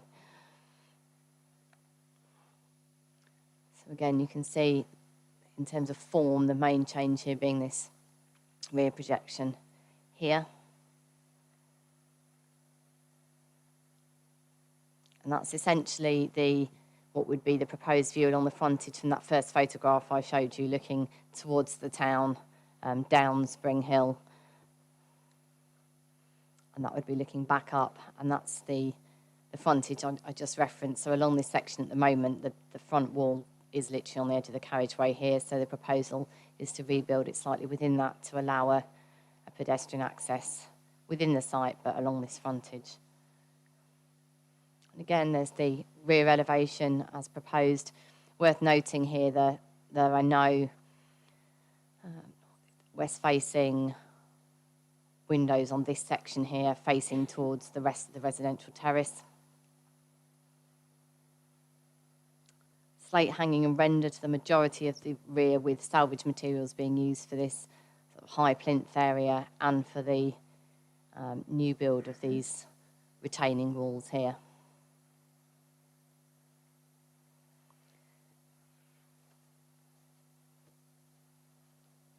This elevation is quite useful in as much as it identifies, and it's something that's referenced within the report, is this aspect of the design.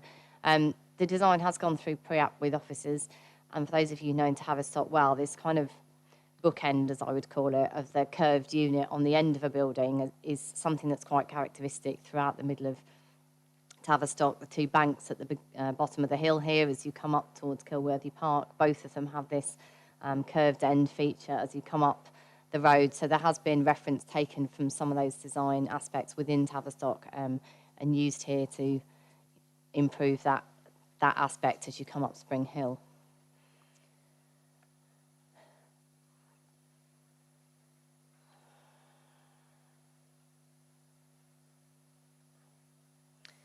So again, here through this section, you can see that there are 4 stories. I think the report in 1 or 2 places might say 3. My apologies. The accommodation is over 3 stories, as you can see here. It's 4 stories in total, with more of the working aspects put in this below ground section. But there are 3. The accommodation is over 3 stories. This site plan, just checking on the right slide. This site plan shows the parking and the new design sort of secure outside space.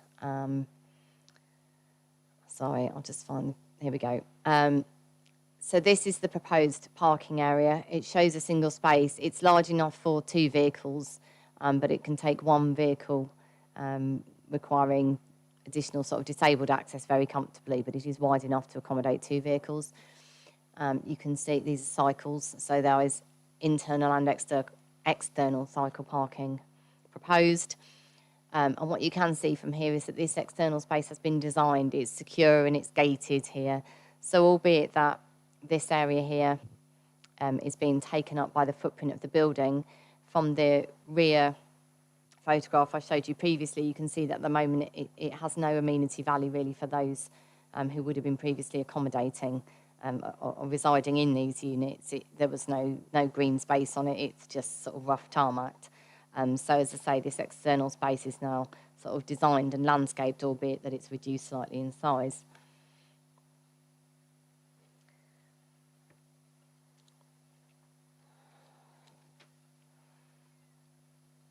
So just as a final note on the slides, it can be seen from this slide and this one, but predominantly really from this slide here, that you'll have read within your reports that there is a little used, but a level of bat roost in the building at present and swift nesting. So one of the aspects of the proposal is that a roof void for a future roost, as well as bat roosts and nesting boxes, as well as other biodiversity enhancement measures, have all been included and integrated within the fabric of the building and its built form in order to mitigate against that loss. So in conclusion then, members, the proposal is considered to be acceptable and to accord with policy. The recommendation is for delegation to the head of practice to approve conditionally and subject to 106 as per pages 81 and 82 of your agendas. Thank you, Chair.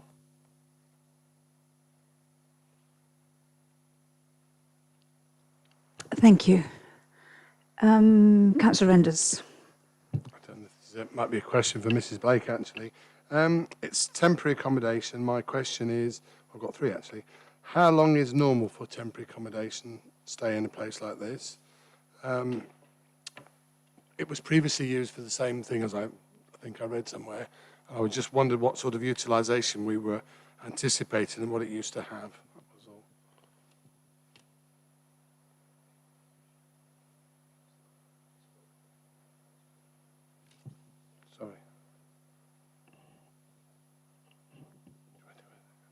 Sorry, Sorry. as Councillor Renders asking a question. Yeah, Who- three who- questions, but I didn't know who to answer it. Senator Smith, I think. Well, that's the first two. I think I can answer those, but if you wish to put them to the Speaker as well, you can. So my understanding is that the normal length of time for the temporary accommodation is about 3 months. It's unlikely to be longer than 3 months. That's the usual turnaround, for want of a better phrase. With regards to the uptake, my understanding is that we have over and above, the council has over and above that number of households and single persons already on lists in other forms of less suitable temporary accommodation at present. So my understanding is that it would be fully utilised pretty much from the outset and then onwards, sadly, but that's the expectation. Sorry, did I miss a third question? It's just a stepping stone, isn't it? It's a yeah. That's fine. That's brilliant. There. Sorry that I wasn't there to think you could answer the question. Councillor Morris and Councillor Mott. Yes, I understand the main entrance will be on the front, and that that will then have entrances into the other flats. Will this be locked, or can anyone just sort of walk in? That may be a question better put to the applicant. I would have assumed there would be some sort of secure locking system. There is a main entrance at the front. My understanding is some of the units will be certainly have secure and have their own accesses. That's one of the issues that's overcome by proposed rebuild, is that some of the units don't have to have shared and communal areas. With regards to the actual means of entrance and locking, I would have assumed there will be some security level there, due to the potential vulnerability of some of the people who may be in these units. But in terms of the definitives on that, I would suggest that is a question best put to the applicant, if that's all right. Thank you. Thank you. Okay, Councillor Mott, please. Can I just check, please? There seems to be only one requirement for section 106. Is that correct? Through you, Chair. Yes, that's quite correct. So there is no requirement for open space, sport and recreation on this site. Similarly, due to the fact that it's all a form of affordable housing, Devon County Education have confirmed, all these bodies have confirmed that they don't require any contribution. So the only contribution is the Tamar Valley European Marine site. I have a question that's simply because a lot of the objections haven't actually been around the use of the building. It's been about the fact it can't be repurposed and it needs to be taken down and rebuilt. So I think my question is really, was there any, and looking at the condition it is in now, was there no requirement for the previous occupier who had a lease, or was it a tenancy or a lease, to actually maintain it in good quality condition? Because obviously if that had been the case and that had been enforced, we might not be in the position of needing to take it down. To be honest, Chair, I'm not really sure that's a planning question for me here today. The terms of any previous lease from the council to its previous tenant is not something that I can comment on. The state of the building at the moment, the options that have been explored and set out within the report and within the submission do show that it could be repurposed. And the applicant makes no bones about that there is that possibility. It is not beyond all repair. The point, as you'll see, sort of rehearsed and set out within the report, is that even through doing that, the building still is essentially substandard for the proposed use and doesn't end up with the number of units and the bespoke nature, if you like, given the end user that it would be required. I can't comment on the terms of the previous lease and occupancy, I'm afraid. No, I knew you couldn't comment on that, but it was just putting it into the context of where we were heading. Any other questions, members? Doesn't look like it. Okay, so I will invite Mrs. Blake to speak for the applicant. I think you know the drill, so we'll rehearse it.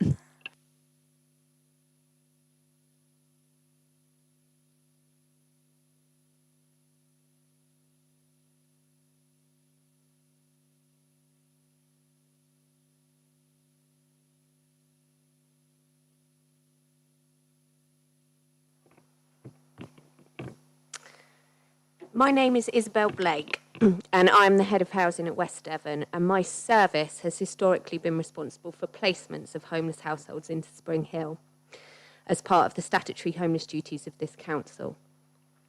While Spring Hill has been unavailable, the council has been using a selection of bed and breakfast and holiday accommodation, often out of borough or in a rural location, which is far from ideal for the people we are trying to help.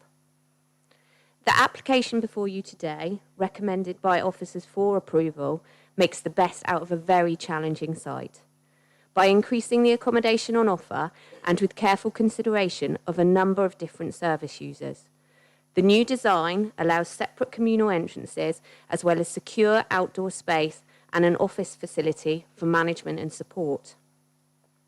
It really does strive to offer the utmost flexibility in accommodation and safeguard vulnerable tenants wherever possible. So far this year, and bearing in mind the eviction ban only came to an end in May, the council has accommodated 31 single people and 15 families. In the case of single people particularly, we are often unable to accommodate locally, having to use accommodation in Plymouth and even Torquay. This is far from ideal. The need for Spring Hill and other facilities like it will sadly be required for a number of years. We are facing a huge housing challenge in the borough, and finding affordable options for local people is getting tougher and tougher, and consequently stays in temporary accommodation are getting longer and longer. West Devon should be proud of its track record with preventing homelessness and how seriously we take our obligations to homeless people, hence why this application is before you today. Redevelopment of Spring Hill is a key corporate priority for our members who wish to provide good quality, well-designed, warm and comfortable temporary homes for people to call their own for a short while.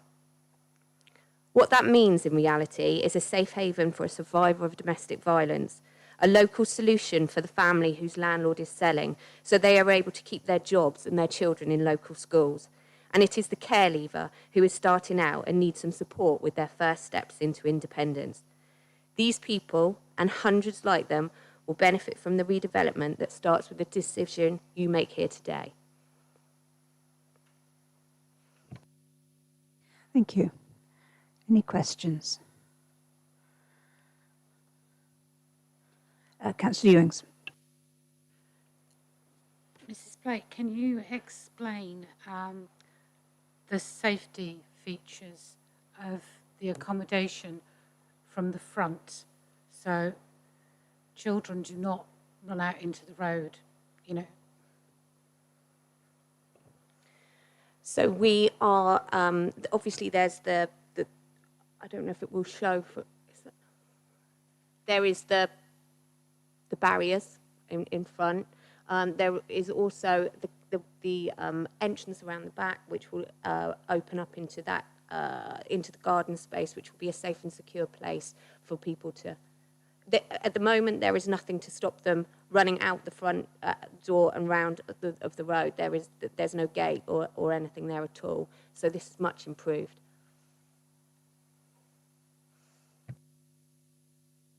I think actually Councillor was actually asking about security on the front door by the road. If you come to the front entrance, I think this is, correct me if I'm wrong, Councillor, but my understanding of the question she's asking is, will there be security on the front door, like a lockable entry keypad or whatever, that will prevent from children yes, there will. Yes, yeah, thank yeah, you. Sorry. Okay, is that your question answered? Sort of, yes. I think it's going back to domestic violence. And if somebody knows that somebody is in there and want to get at them, it's one of those things. This is a facility where a swing door and somebody can get in, and we're trying to protect them. So I think it's more around that I'm asking.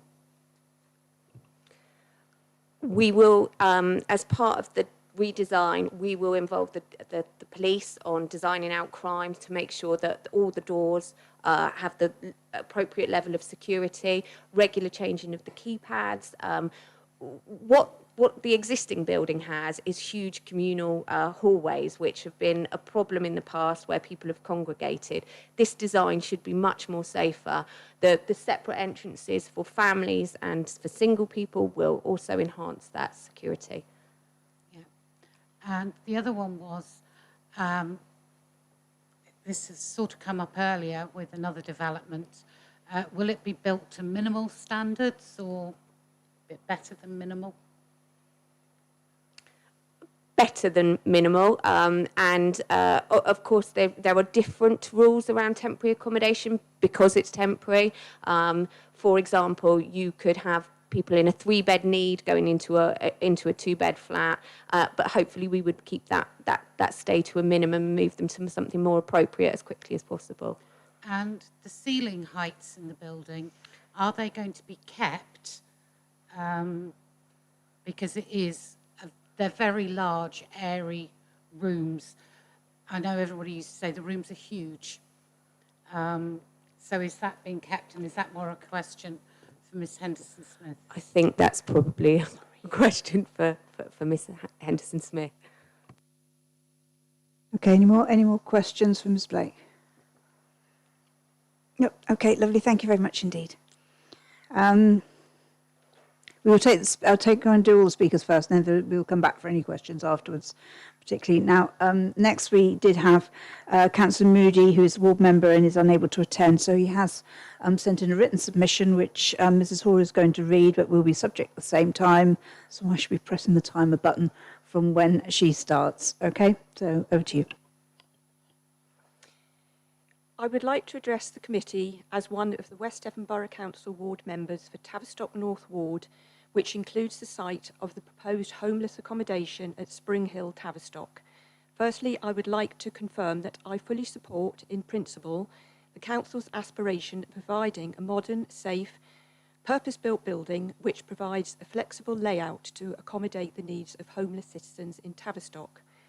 And I have always made it very clear to officers that I have grave concerns regarding the demolition of a positive building within the conservation area.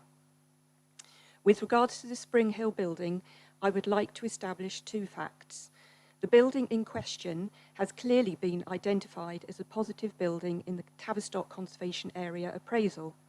I have always had very serious concerns since the project was first mooted in 2019. It has been apparent from all the reports to members over the past 2 years that demolition of the Spring Hill building was the preferred option when considering the project. In January 2019, the Hub Committee report stated regarding the project to redevelop the site by demolishing and rebuilding 10 fit-for-purpose temporary accommodation flats. And again in October 2019, a report stated the intention to design and construction of a modern, safe, purpose-built building which provides a flexible layout to accommodate the needs of a range of potential users. And then in November 2020, in an email, after again raising my concerns of demolition of the historic building, I was told to retain and restore the historic building was expensive and does not meet project objectives as council's policies, and to retain and adapt involved increased costs and delivery of a reduced number of units due to limited floor plan area. But before you can even consider approving the demolition of an historic building, members should seriously consider the contents of the Tavistock Conservation Area Management Plan, revised in 2014, and with particular reference to the section regarding positive buildings within the conservation area. It clearly states government policy as set out in the NPPF is for a presumption in favour of retaining positive buildings, and any proposal for their demolition must be considered against criteria similar to those for the demolition of listed buildings, and includes applications for the demolition of any positive building in a conservation area will be assessed in a similar way to applications to demolish a listed building. And this is the very important bit of the Tavistock Conservation Area Management Plan. The applicant will be expected to demonstrate why the building is beyond economic repair and to prove that it has been offered on the open market as an alternative to demolition. Is the building beyond economic repair?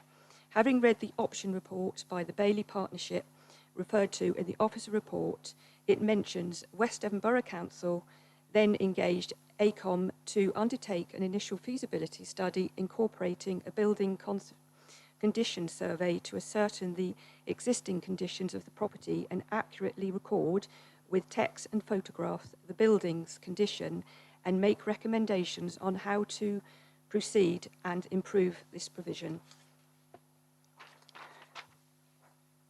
There is no building survey that I can find available on the planning portal for members to assess this factor. The only consideration explored by Bailey Partnership in the options report seems to be solely cost-based considerations and how these fitted with the project aims and objectives and not to the retention of the historic building. The second requirement of the Conservation Area Management Plan is prove that it has been offered on the open market as an alternative to demolition. I can find no evidence in the report or on the planning portal showing that the building has been offered for sale as an alternative to demolition. In conclusion, it appears to me that the preferred option has always been to demolish the building, as the project could not be delivered within budget without demolition. There is no evidence of the structural survey as required by the CA management plan, and there is no evidence of the attempt to offer the site for sale as an alternative demolition as required by the CA management plan. I have grave concerns that if the council is granted approval to demolish a heritage asset based solely on budgetary and project objective reasons, this will send out the wrong signal to other companies wishing to apply for developments affecting heritage assets within the Tavistock Conservation Area. Thank you. Time just finished. Well done. Okay. And now, obviously, Mrs. Hall can't take any questions, but I don't know if you have any questions arising from the planning officer as a result of that statement that has just been read out. No, appears not. Do members have any other further questions? Councillor Ewing, did you wish to? Councillor Ewing? Did you wish to pose your question to Ms. Henderson-Smith regarding room sizes? Yes, please. Sorry. Assuming she could just get up. Yes. Are the room sizes built to minimal standards, and are the ceiling heights that are currently in the building going to be kept?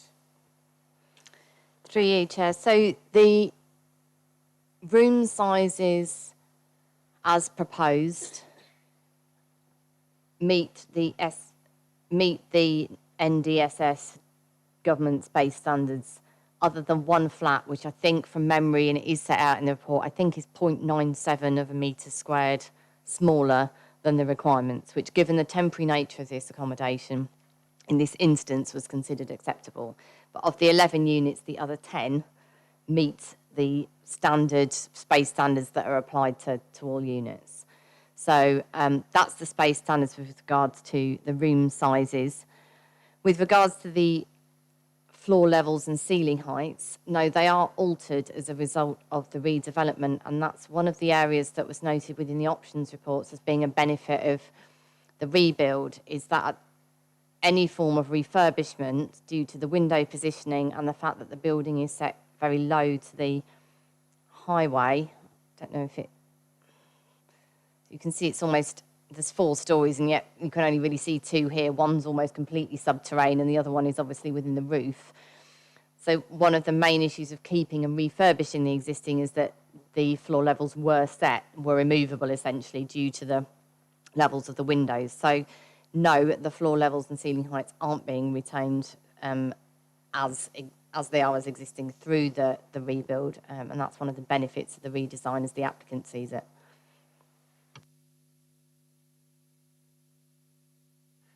Any further questions from members? Councillor Mott. Just a quick one away. I know one of the concerns from one of the objectors was the access, and that the access to the footpath in front of the proposed development is on that blind bend. Is there scope to move or open up an access further up the hill so that people aren't having to come out from the front of the properties and cross on that blind bend? Through you, Chair. I'm sorry about the... I might be missing something. No, I'm sorry for having to do a bit of a strobe effect. There's a lot of plans and I didn't know what members might ask, so I didn't want to not have them available. If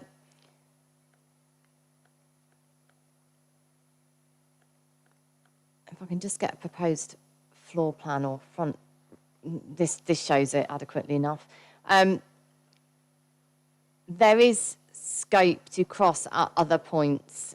So the footway is being, I say footway, is within private ownership, so it's not part of the carriageway, but a footpath, footway is incorporated along this frontage, but you can see that how low the level is to the highway.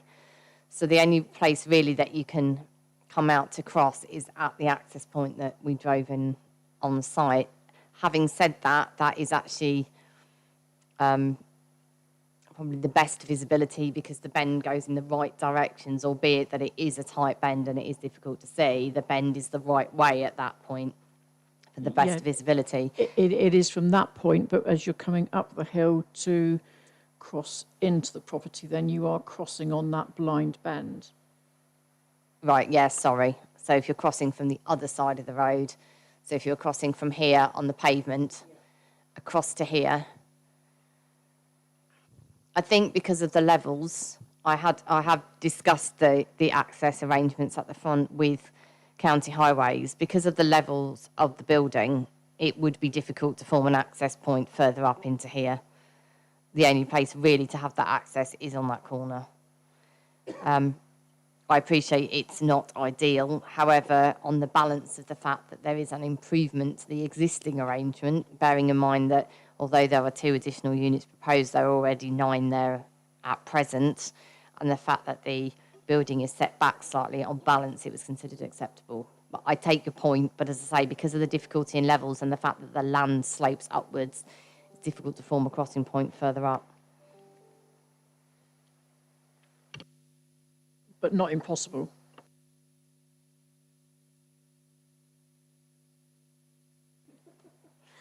I'm sorry. It's not proposed. It's not. I can't say it's impossible. No, with buildings, it's unlikely it's impossible, but it's not what's in front of you today. Okay. Any other questions, anybody? No. Okay. I'm going to move then the recommendation, which is on page 81 of your papers.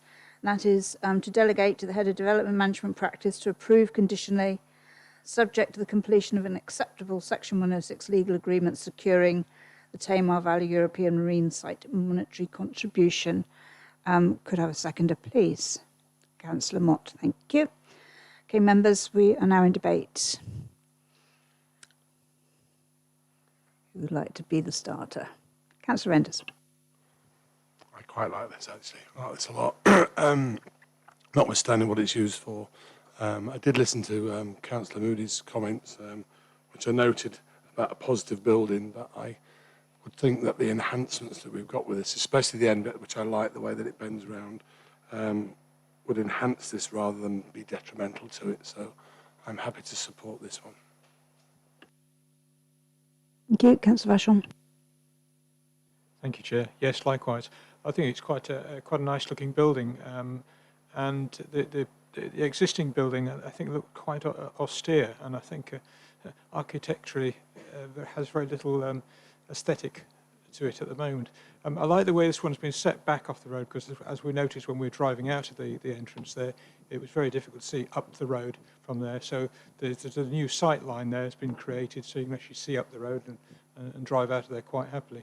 I did notice from the site visit that you can actually cross this road further round the corner and see up the road and down the road at the same time. I noticed everybody was crossing a bit higher from me, so they probably didn't notice that. So it is quite safer to actually cross a little bit lower down from where we were. And I think it's highly commendable that the facility will actually enhance this stretch of road. And I'm quite pleased with that. I think the use of the reuse of some of the stone from the existing building is highly commendable as well, and some of the slate, although I suspect that will make it more expensive to demolish it. Thank you, Chair. Thank you. Anybody else? No? Okay, then we will go to the vote on this one. All those in favour, please show.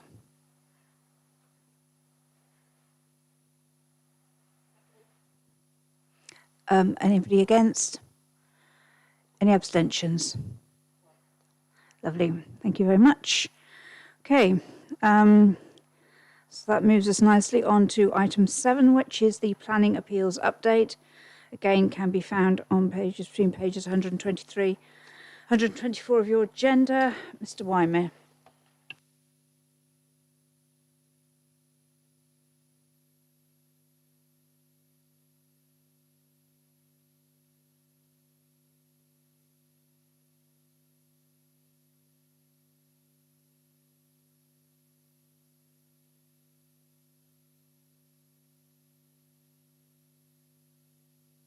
Thank you, Chair. Sorry for the slight delay, just trying to sort my paperwork out. There are 3, unless I'm looking at the wrong report, there are 3 appeals on the list, 2 of which are simply ones that have been lodged and 1 decision. And one decision was... Sorry, Mr. Wymer, can we lose the blue screen, please? It's very distracting when it's reflecting off the screens, and it's...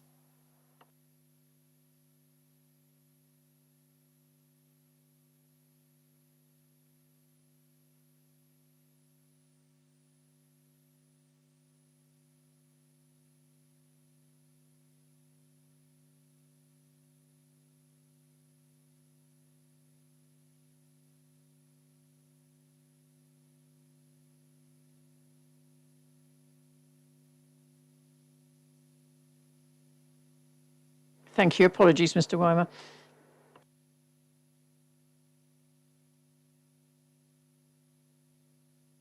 Sorry, all I was getting was a blue reflection off of all of the various screens across my line of vision.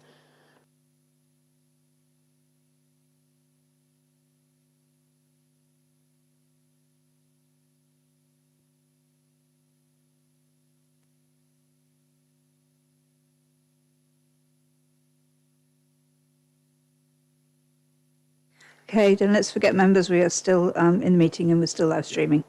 Mr. Wymer. Okay, thank you, Chair. There's 1 appeal, 2 appeals that have been lodged, which I'm assuming there aren't any questions about.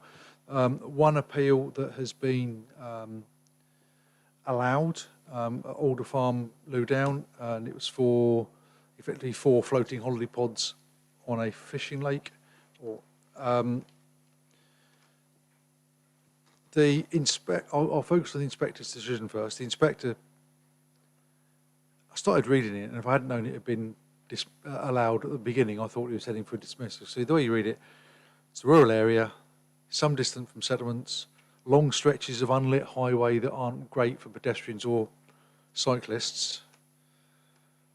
But the 6A bus runs past it, and on that basis, the inspector considered that not all of the occupiers would rely on the private car.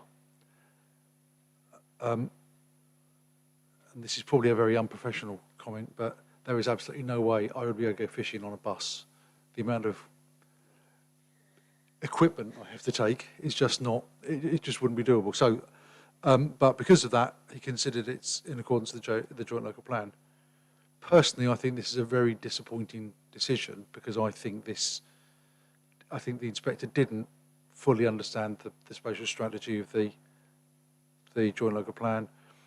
We have been looking to try and get travel plans so there's something that you can clearly see how they're going to be reducing reliance on the private car, not just using a hail bus that I'm not sure how much would be used with that, but we are with that decision. There are some key learning points for officers on this one, if I'm honest, and we need to go back to see, because I suspect we weren't, just how robustly we defended that decision. I think we probably put the policies in front of the inspector and assumed that the inspector assumed that it was obvious to the inspector the spatial strategy. We clearly need to revisit that because the inspector didn't understand the spatial strategy.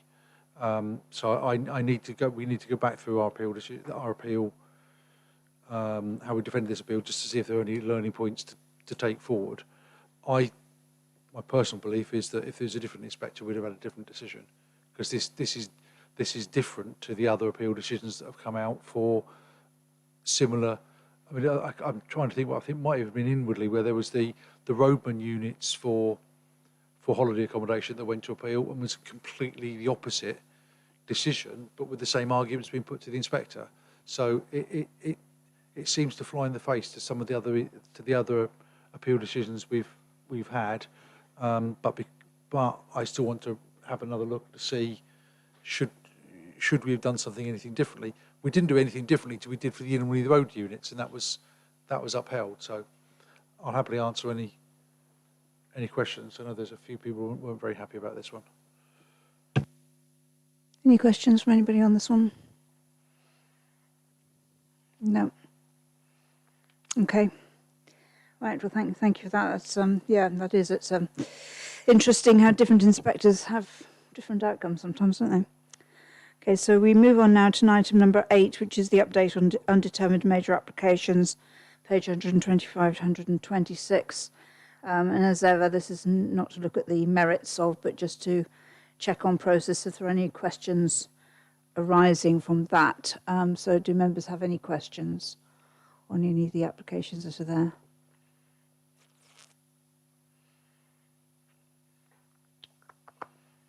Was there anything you wanted to say on any of them, Mr. Weimer? Not specifically, but I would like to say something on Stop Street. Yep, okay. Okay. Have you got any questions particularly? No? Okay, well, in that case, that is, you'll be relieved to know, the end of the agenda. So thank you all very much indeed for your time, and I will then declare the meeting closed.